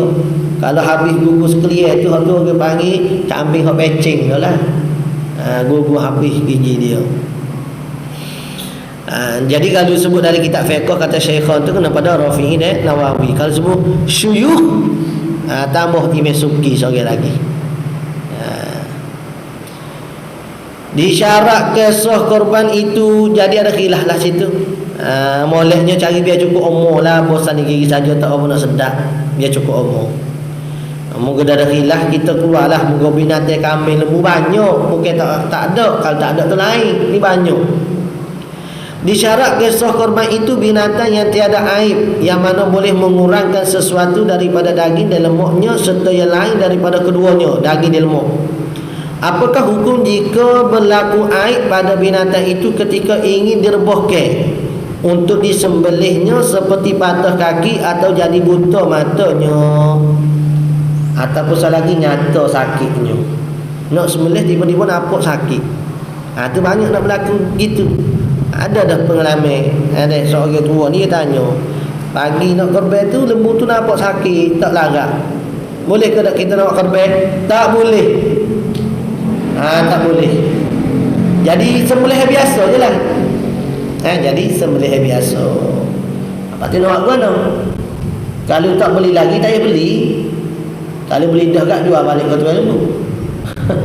Beli lembu lain dia ke dia. Kena jual beli mula. Tu pun kalau dia nak, kalau tak kan tak ada lah korban kita tahu tu. Anak korban juga kena beli lembu lain lah. Bincang molek lain kata lembu. Kata kita nak beli lembu dia mohon lain, hak sihat. Hak ni tak sihat hari ni. Lembu tak sihat boleh sembelih, tapi nak korban tak boleh. Jawab, jika ada berlaku aibnya sebelum lagi disembelih, ada dah aib, maka tiada sah udiyah. Patah kaki ke masa kita nak merebah lembu tu. Begitu juga jika kedatangan aib waktu merebahkannya sekalipun, tiada sah udiyah. Soalan ke-19, kena cepat sikit. Apakah hukum jika tiada iltizam, tiada mewajibkan bagi dirinya menyembelih binatang yang ada aibnya atau yang tiada sampai umurnya? Dia berwajibkan bagi dia untuk menyembelih binatang yang ada aib, binatang yang tak sampai umur. Dia kata lembu ini aku buat korban sedangkan belum cukup umur. Jawab, jika dia iltizam, dia berwajibkan udiyah binatang yang ada aib atau binatang kecil yang belum sampai umurnya, maka wajib disembelih pada waktu udiyah, tetapi tiada jadi udiyah. Lembu ni tak cukup umur lagi. Dia berkata, lembu ni aku nak sembelih, jadi wajib. Bila siapa waktu lembu ni aku nak sembelih, lembu ni aku nak buat korban, nak sembelih lembu ni aku nak buat korban, nak buat udiyah, maka wajib dia korban, dia buat udiyah walaupun tak cukup umur. Bila hari raya dia pun korban, buat korban, tetapi tak jadi korban dia tu. Kenapa? Tak cukup syarat. Nak jadi macam mana? Tu syarat tak jadi.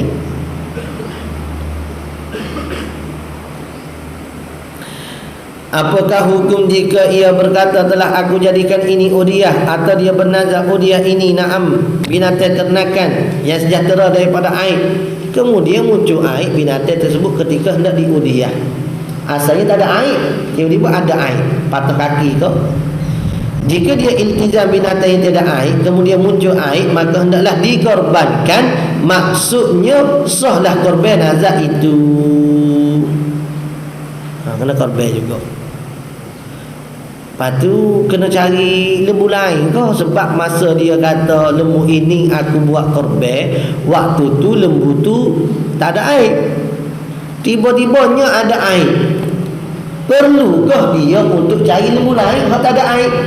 Jawab kata tak perlu. Sebab tu dia kata sini sahlah korban nazarnya itu. Mungkin nazar ni kan sah, tak ada masalah. Dengan arti kata tak perlu nak pergi cari hak lain. Tapi pahala korban, kelebihan korban juga tak jadilah. Sebab apa? Sebab dia syarat ada air.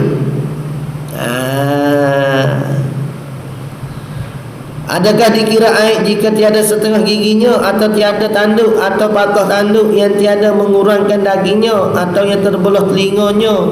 Terbelah telinga hak tidak berubah, terbelah, tak hilang daging lah.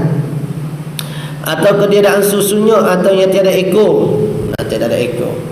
Jawabnya tiadalah dinamakan aib yang menegakkan sah untuk dibuat udiyah yang tersebut itu tak apa. Tiada ekor ni tiada pada asal dia kata tiada ekor tu. Ketiadaan susu, ketiadaan susu pun tak ada asal. Kalau terputus ekor tu baru hak baru. Jadi hak ni pendapat dhaifnya jadi korban.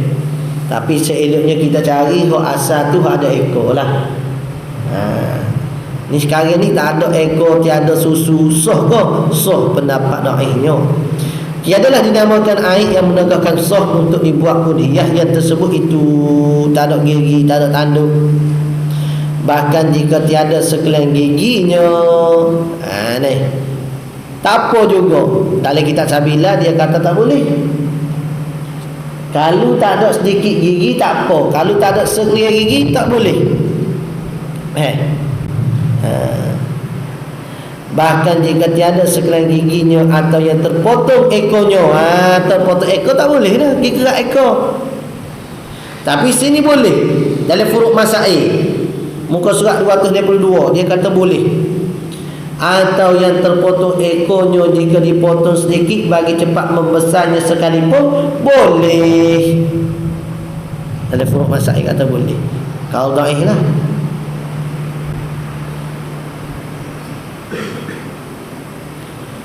Ada kau kerak ekor nak besar? Ada ke? Kerak ekor nak besar? Kasih ada kerak ekor nak besar ni. Kata kerak ekor cepat besar. Mana ni? Ada dia mau buat di Afrika. Wah, usah ada sebut Afrika. Ngaji sana kau dah. Kebetulan segogo ada soalan yang mau tanya. Di sana masalah dia lembu daripada non muslim, orang kafir. Petani kafir sana kebiasaannya dia mau kerak ekor binatang masa kecil. Tujuan nak wi mudah, nak wi besar. Itu. Ni. Jadi Masya Allah lah saya tahu kita ni. Kemahiran dia dalam bab tu dia tahu. Kata ada masalah kerak ekor nak wi besar. Kita sini ada ke buat gitu? Ada. Mungkin tak tahu kau, wallah a'lam lah. Lepas tu kalau kerak ekor nak besar nak buat udiah boleh ke? Tak boleh. Tapi ada pendapat kata boleh. Gitu yang ayatnya. Jadi orang kita sini ni pun tak gerak. Bila tak gerak kita pun tak tahu masalah tu. Saya cuba cari masalah tu tak jumpa, kecuali situ yang jumpa. Jadi kata gurunya, bagi masalah fatwa, wajib kita kena fatwa dengan hukm muktamad, iaitu kata tak sah. Kerak ekor lembu kita tak boleh. Tetapi atas jalan kita nak mengajar supaya orang panggil tidak terhenti masyarakat daripada buat korban pada tempat hak tak ada dah lembu hak jenis gitu, kecuali hak tu je.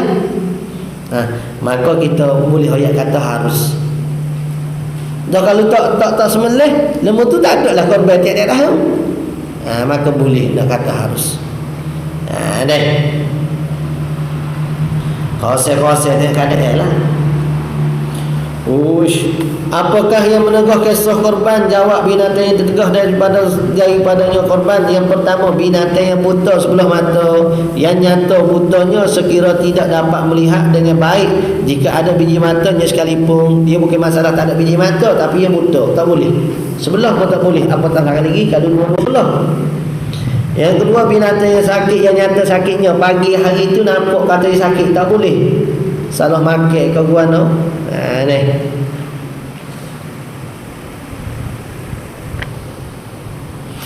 Yang ketiga, binatang yang nyata tempangnya. Mana tobik tempang? Sekira-kira kalau dia berjalan dengan sekawan lembu sani, dia yang terbelakang.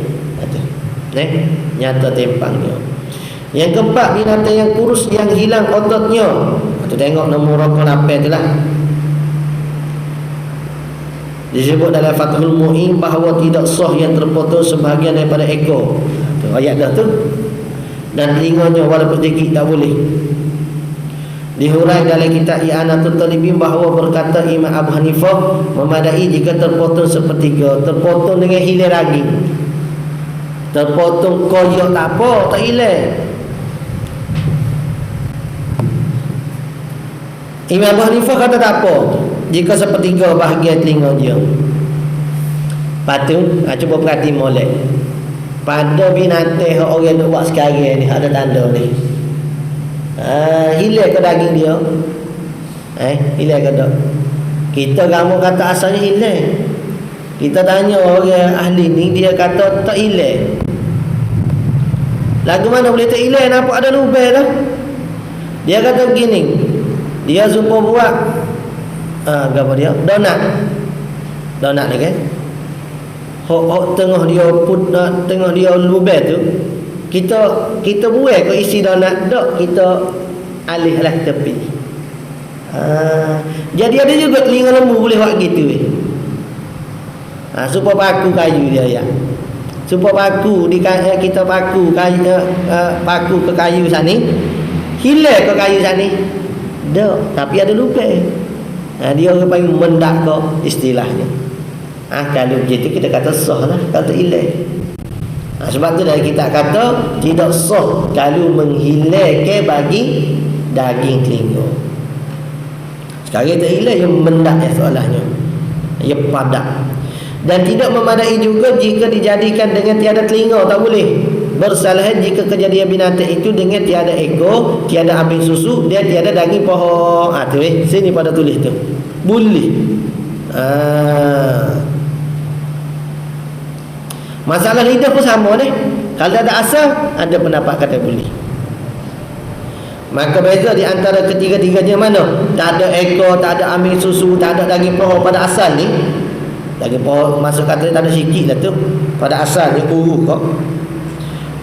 Beza dia dengan telinga ialah kerana telinga tu merupakan anggota yang lazim bagi setiap haiwan. Jadi kalau lembu tu daripada asal tak ada telinga dah, tak boleh buat korban. Tapi kalau asal tak ada ekor, boleh buat korban.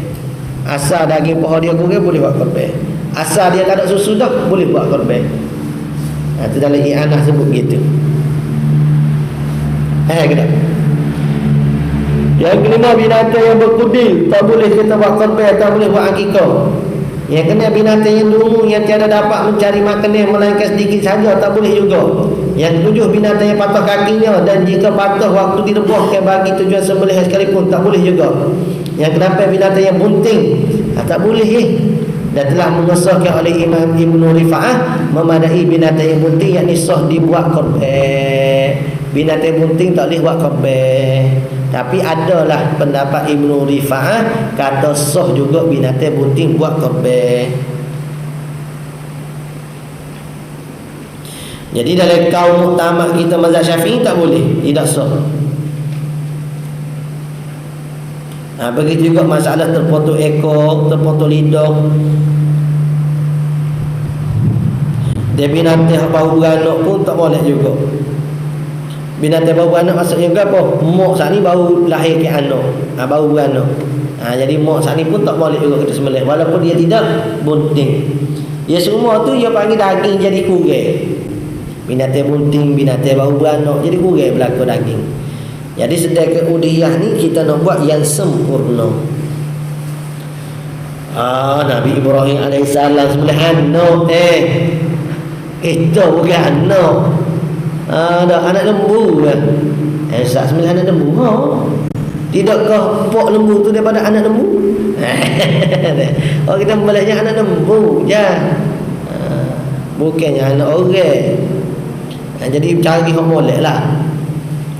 Adakah memadai niat udhiyah sebelum sembelih atau mesti ketika sembelih? Niat udhiyah. Jawab, memadai niat pada ketika sembelih atau sebelum sembelih tak apa.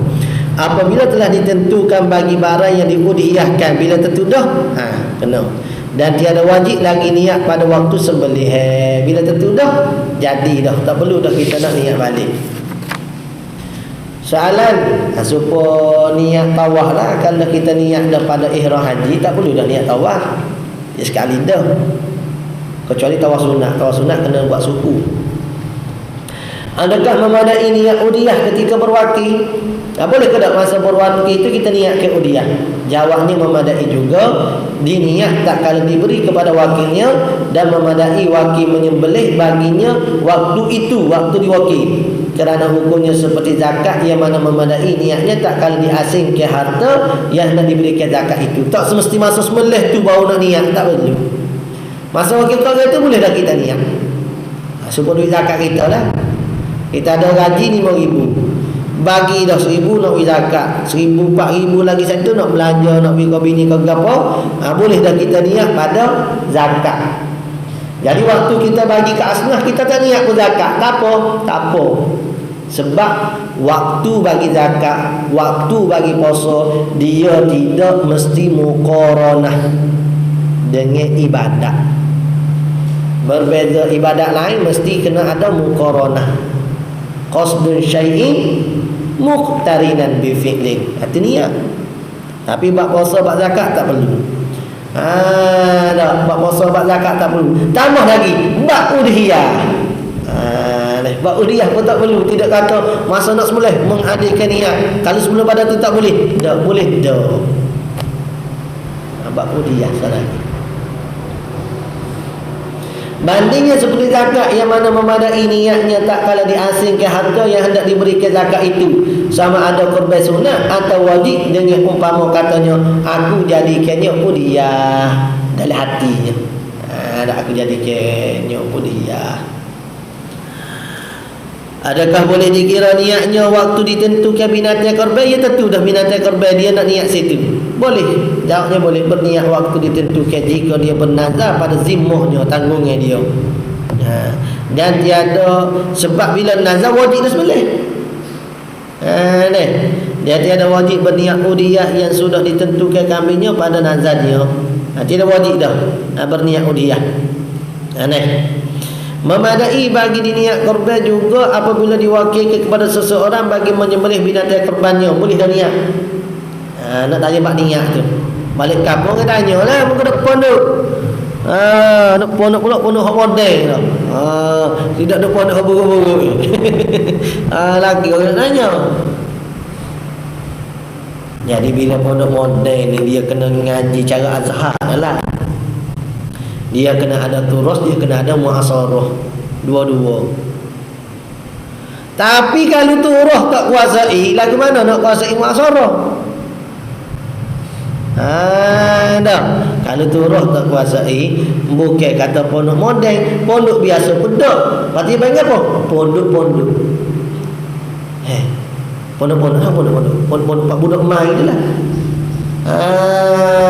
Sebab tentu dah muasarah tak boleh. Sebab nak kena hukum peragam dan turah dulu. Sebab tu bila ada pondok model kan, biar pandai dengan pondok model lah. Kalau pondok model hak turah pun tak boleh. Usahakan muasarah. Jadi maksudnya kalau pondok biasa ni hak turah boleh dah. Jadi kalau muasarah tak boleh, turah tak boleh. Dia jadi duduk pondok-pondok. Bukan pondok model, pada duduk pondok mana? Pondok-pondok. Mana pondok-pondok? Atau hak saya sendiri. Ada. Hak saya sendiri sebab saya hak turah pun saya tak faham. Usahakan muasarah.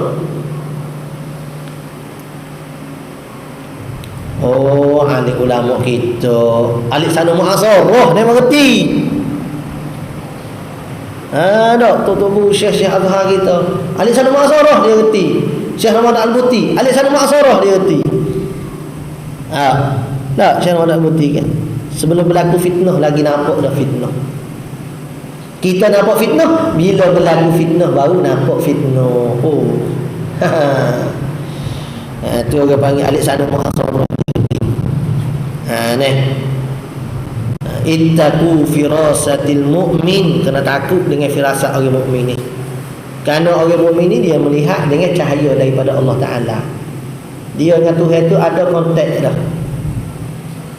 Kita bukan dengan Tuhan ada kontak, wajib pun berlepas barunya. Kontak. Nampak lagi lah kontaknya. Ada hubungan berapa pun lagi. Lepas tu nak lawan orang ada kontak dah dengan Tuhan. Ada ke? Tak ada. Biar boleh turah muasarah. Adakah boleh dikira niatnya waktu ditentukan binatang korban? Boleh berniat, tak ada masalah. Dah, jika dia bernazar memadai bagi niat.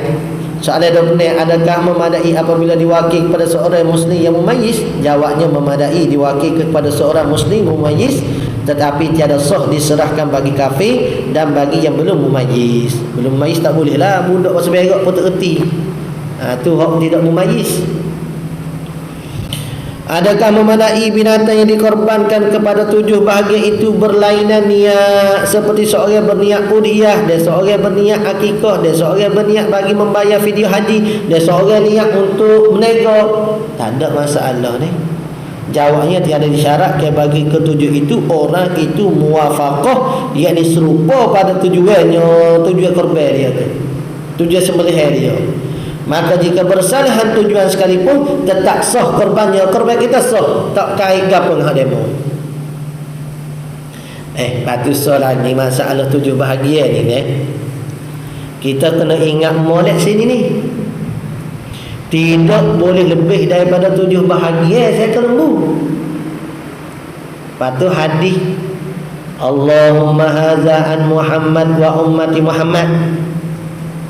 Allahumma hadza an Muhammadin wa ummati Muhammad. Ya Allah, ini daripada Muhammad dan daripada umat Muhammad. Ramai. Lepas tu kata tak lebih 7 bahagian dah ke mana tu? Tanggung dah tanggung. Masalah ini ditanggung pada pahala yang bersekutu, bukan pada udhiyah. Bukan pada udhiyah. Udhiyah seekor lembu 7 orang ya. Seekor kambing seorang aja. Dia tak boleh berkongsi pada udhiyah. Pada Lepas tu dah hadis Allahumma hadza an Muhammad wa ummati Muhammad tu, tu tanggung dalam kitab Sabilah pun sebut kata tanggung pada berkongsi pada pahala, bukan pada binatang korban. Ada emang dak ayat kata berkongsi pada binatang korban. Molek-molek dah orang tanya ustaz, mana kita sembelih seekor lembu, kita sembelih kambing ataupun 7 bahagian lembu, sebahagian pada 7 bahagian lembu, kita niat pahala tu untuk orang ramai-ramai. Korban kita niat untuk ramai-ramai. Betul lah tu makcik tu tu. Tapi ustaz ni yang jawab mana? Tak kena gitu. Dia ya tak kena. Patut kena mana? Niat korban untuk semua lah. Mana boleh niat korban untuk semua? So korban, so bahagia, so orang je. Jadi mengaruh pula mengaji agama. Sebab tu kita kena kuasai baru boleh jawab masalah. Kalau tak jangan jawab awal muda. Jawab soal agama, jawab agama ni bukan bagi main-main ni. Dah. Kalau ayat kata saya tak apa-apa ingat tapi seingat saya boleh kira. Dah. Ni jelas-jelas kita jawab tu tak kena. Hak makcik tu betul dah pun kita boyak kata salah juga. Siap suka lagi. Orang tanya, boleh ramai udiah ni ustaz ni? Saya rasa boleh kali. Dia suka. Mana mengajar kita? Saya boleh kali rasanya. Orang pula kecokeng dia. Dia baru tubik. Adakah boleh? Kena ingatlah orang lain yang jadi gitu. Saya pun samalah. Adakah boleh pada seekor kambing diniat bagi 2 tujuan bagi korban dan akikah? Ini pun ramai mocik-mocik nak menanya. Jawab pada masalah ini ada khilaf ulama. Katanya Syekh Ibn Hajar tidak boleh berkongsi seekor kambing pada 2 tujuan. Lepas tu hak jadinya hanya korban saja. Tapi pendapat Syekh Ramli, jika korban dan akikah pada seekor kambing dilakukan oleh orang yang sama. Orang yang sama ni masuk katanya lagu mana? Kalau ayah dia ada anak. Tak. Tu akikah tu atas apa? Atas anak ke atas ayah? Atas ayah lah. Pada tahun tu lah ayah nak sembelih. Tu bagi pada orang yang sama. Ada yang tak baik sini orang sama. Maka sah kedua-duanya pendapat Syekh Ramli. Tak payahlah waktu tu. Kita kira buat korban, akikah buat akikah, buat suku. Cuma nak kata ada bahasa ulama. Apakah yang terlebih afdal bagi seseorang berkorban? Jawabnya yang pertama hak paling afdal. Apa afdal? Afdal ni apa afdal? Aksarus sawab. Lebih banyak pahala. Afdal. Ni.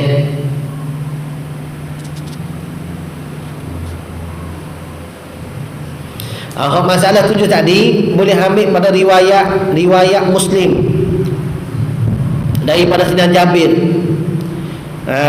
Dia riwayat kata apa? Kharajna ma'a Rasulillah sallallahu alaihi wasallam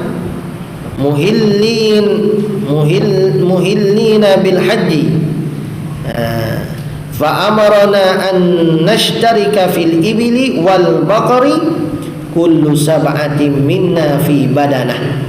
Nabi suruh syarikat pada ibil, pada lembu sana ni 7 sahaja tu. Riwayat daripada Jabir juga, naharna ma'a Rasulillah sallallahu alaihi wasallam bil Hudaybiyah al badanah an sab'atin wal baqarah an sab'ah. Katanya bahagia. Baik, mana afdalnya 7 ekor kambing itu lebih afdal daripada seekor unta. Boleh 7 ekor kalau kita ada kemampuan nak beli seekor unta, seekor lembu, boleh beli 7 ekor kambing. Itu lebih paling afdal tu. Seekor kambing lebih afdal daripada berkongsi 7 bahagian daripada seekor unta. Boleh ambil kambing. Kalau ambil kongsi, ambil kambing. Dia cukup lekat. Seekor unta lebih afdal daripada seekor lembu atau kerbau. Seekor kibas lebih afdal daripada seekor kambing. Seekor binatang yang jantan lebih afdal daripada yang betina. Lembu jantan, lembu betina, boleh ambil lembu jantan. Lembu betina kalau mengandung khilaf ulama pada sah. Tapi kalau lembu betina hak biasa, boleh ambil lembu jantan. Tengok letak kaki. Tu pun kalau lembu jantan hak tidak jenis suka berjantan. Tak suka bapuk. Kalau lembu bapak tiap-tiap hari buat kerja dengan lembu betina, maka lembu jantan tu pun kurang molek. Lepas tu ambil hak mana? Molek ambil lembu betina hak tak beranak lagi, molek ambil tu. Jadi hak pertamanya lembu jantan hak tak jenis berapa. Dah. Yang keduanya lembu betina hak belum beranak. Yang tiganya lembu jantan hak jenis berapa. Lepas tu yang keempat lembu betina hok pernah beranak.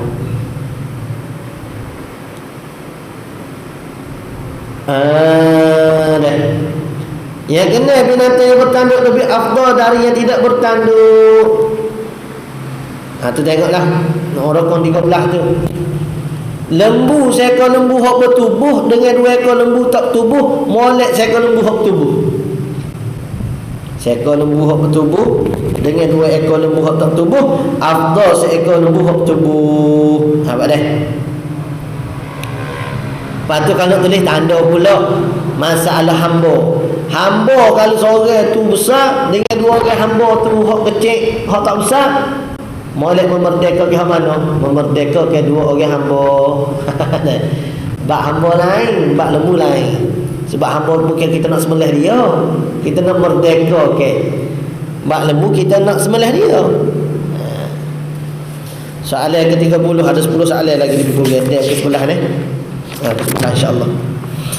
Apakah warna bagi binatang yang lebih afdal berkorban? Warna binatang yang lebih afdal berkorban, yang pertama binatang warna abyad, baydha yang putih, lebih afdal daripada binatang berwarna kuning. Dah. Binatang warna kuning lebih afdal daripada binatang warna kelabu. Binatang warna kelabu lebih afdal daripada warna merah. Binatang warna merah lebih afdal daripada binatang putih hitam capu. Binatang berwarna putih hitam lebih afdal daripada berwarna hitam. Ni binatang saudak ni, hok hitam ni, orang boleh lah sekali. Tak. Orang kata sama, tak sama. Lepas tu bapa nak kena pilih warna bulu nak pula. Ta'abudi dia panggil. Amru ta'abud. Kata setengah di ta'abudi, kata setengah kerana elok. Elok pada nazrah dia, orang panggil lihat padanya. Kata setengah kerana daging molek. Warna ni memberi efek pada daging juga. Tanda molek tu. Ambil mana dalil? Rawa Ahmad wal Hakim khabara. Ada hadisnya, ladamu afra'a ahabbu ilallah min dami saudawain.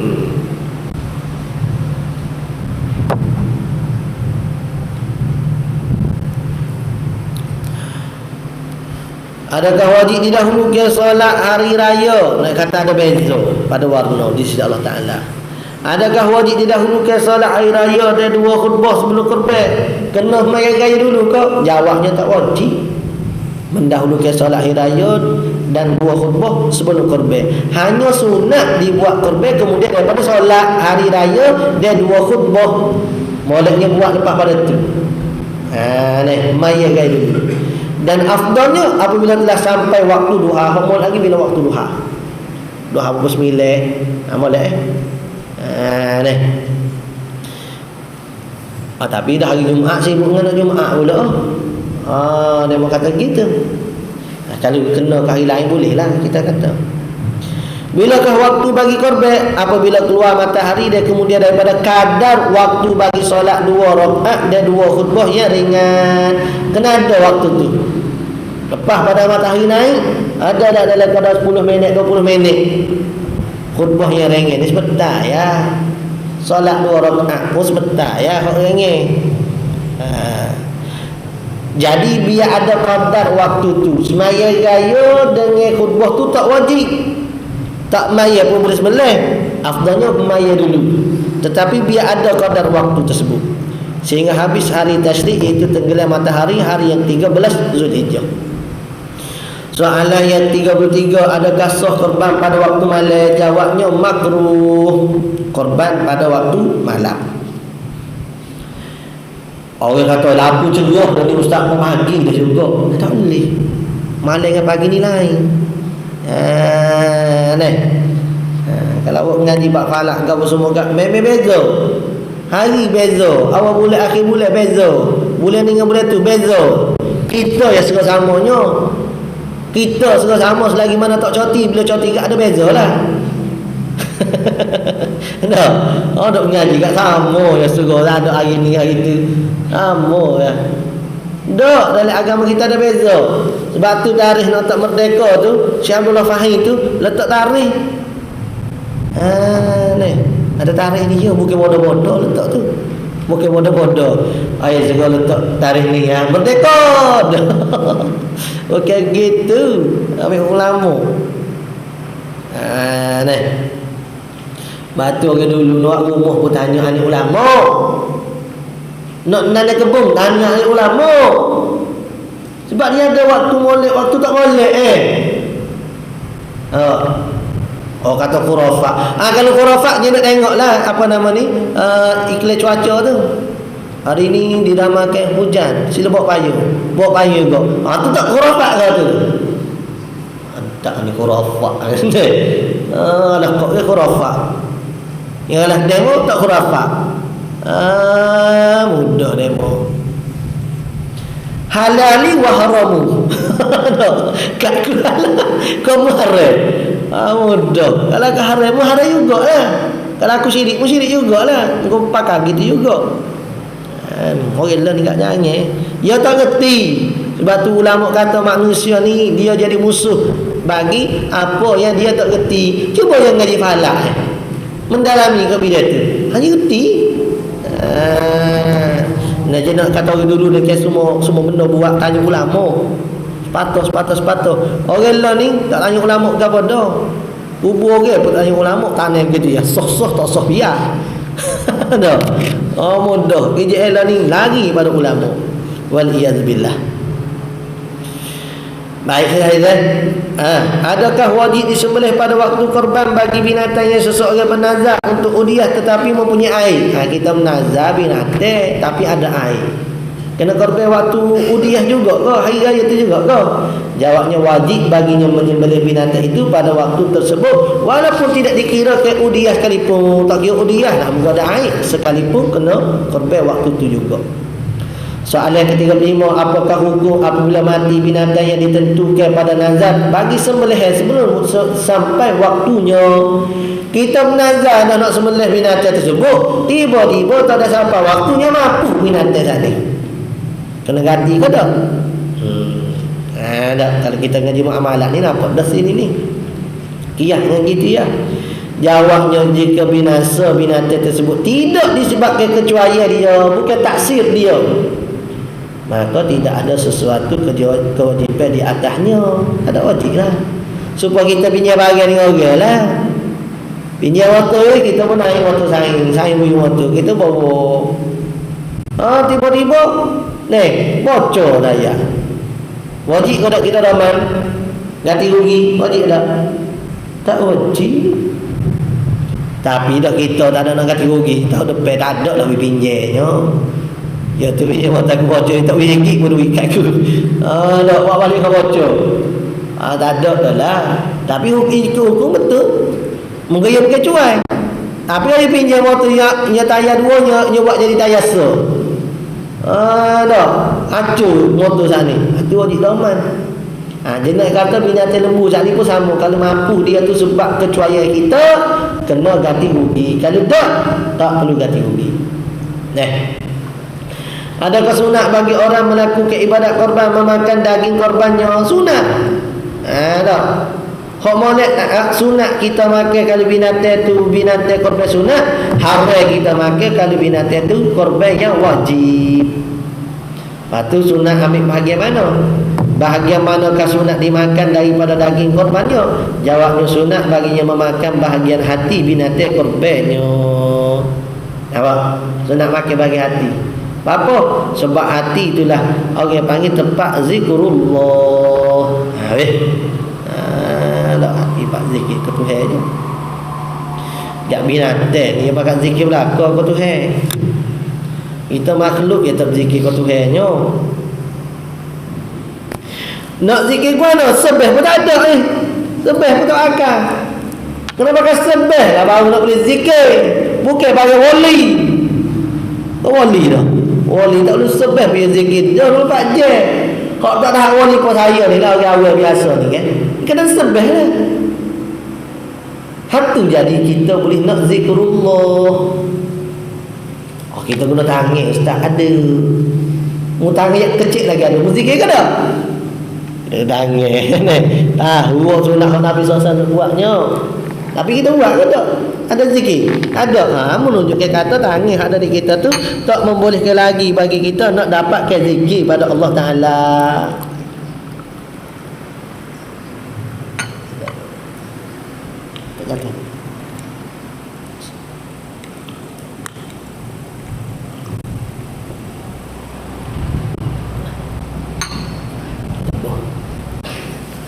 Tak apa dah nak habis dah. Sedap Ustaz Imina ayat kita tengok saja. Nak habis dah, sikit lagi dah. Sebab tu katanya Syekh Ramadan Al-Buti, tiap kaedah, tiap benda menolong pada ibadat sunat, maka benda tu sunat. Kaedah dia dah kan, lazim dah. Dia tiap benda menolong di atas benda wajib. Apa kita nak memayar? Tak, kena ada sembahyang. Nak ada sembahyang. Kena bayar bil air.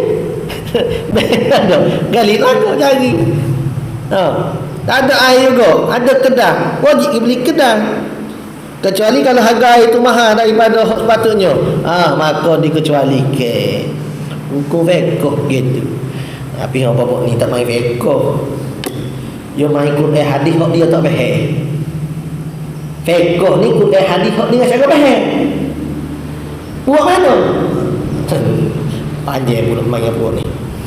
Saat itu dah. Tak ada sini dah. Tak ada.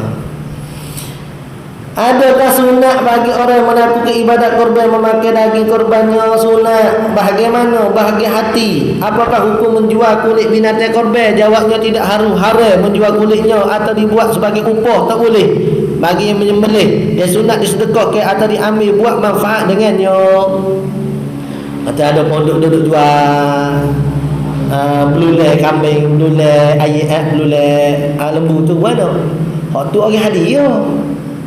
Kita sembelih lembu, korban lembu, kita hadiah ke pondok dia cuci belulai sini, dia buat jual. Apa? Supaya kita hadiah ke daging sini ke orang miskin. Maka orang miskin sini pun jual sebab banyak sangat daging. Tak apa. Kita tak boleh nak jualnya. Apakah hukum berwakil membeli dan menyembelih binatang korban? Berkata Syekh Sulaiman Qurdi pada fatwanya, sah yang demikian itu berwakil pada korban dan akikah, bahkan jika tidak ada pada negerinya sekalipun. Maksudnya dia pindah ke luar negara, tak apa. Kalau tak bolehnya haram pindah daging korban. Nak sembelih luar negara tak apa. Kalau pindah daging korban tak boleh. Kita korban sini nak pergi pindah lagi lain, tak boleh.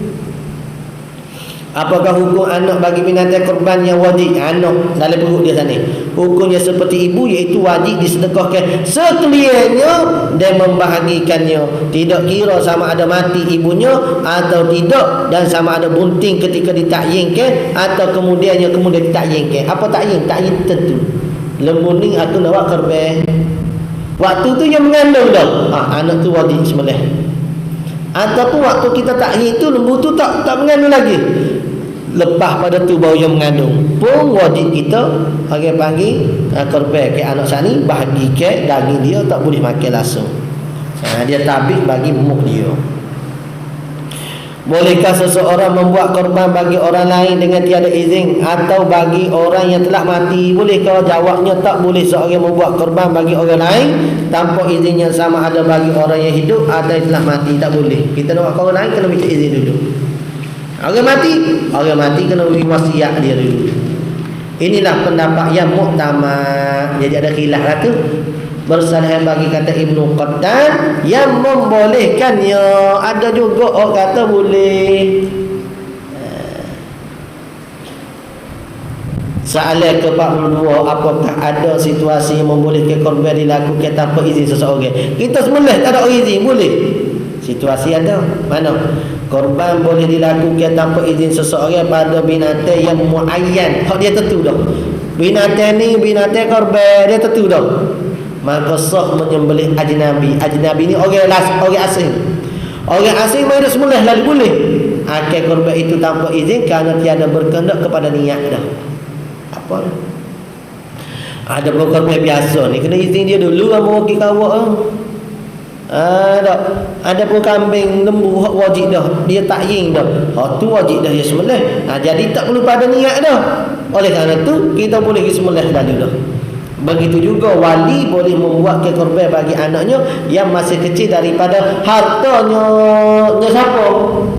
Domek berjagalah hartanya wali.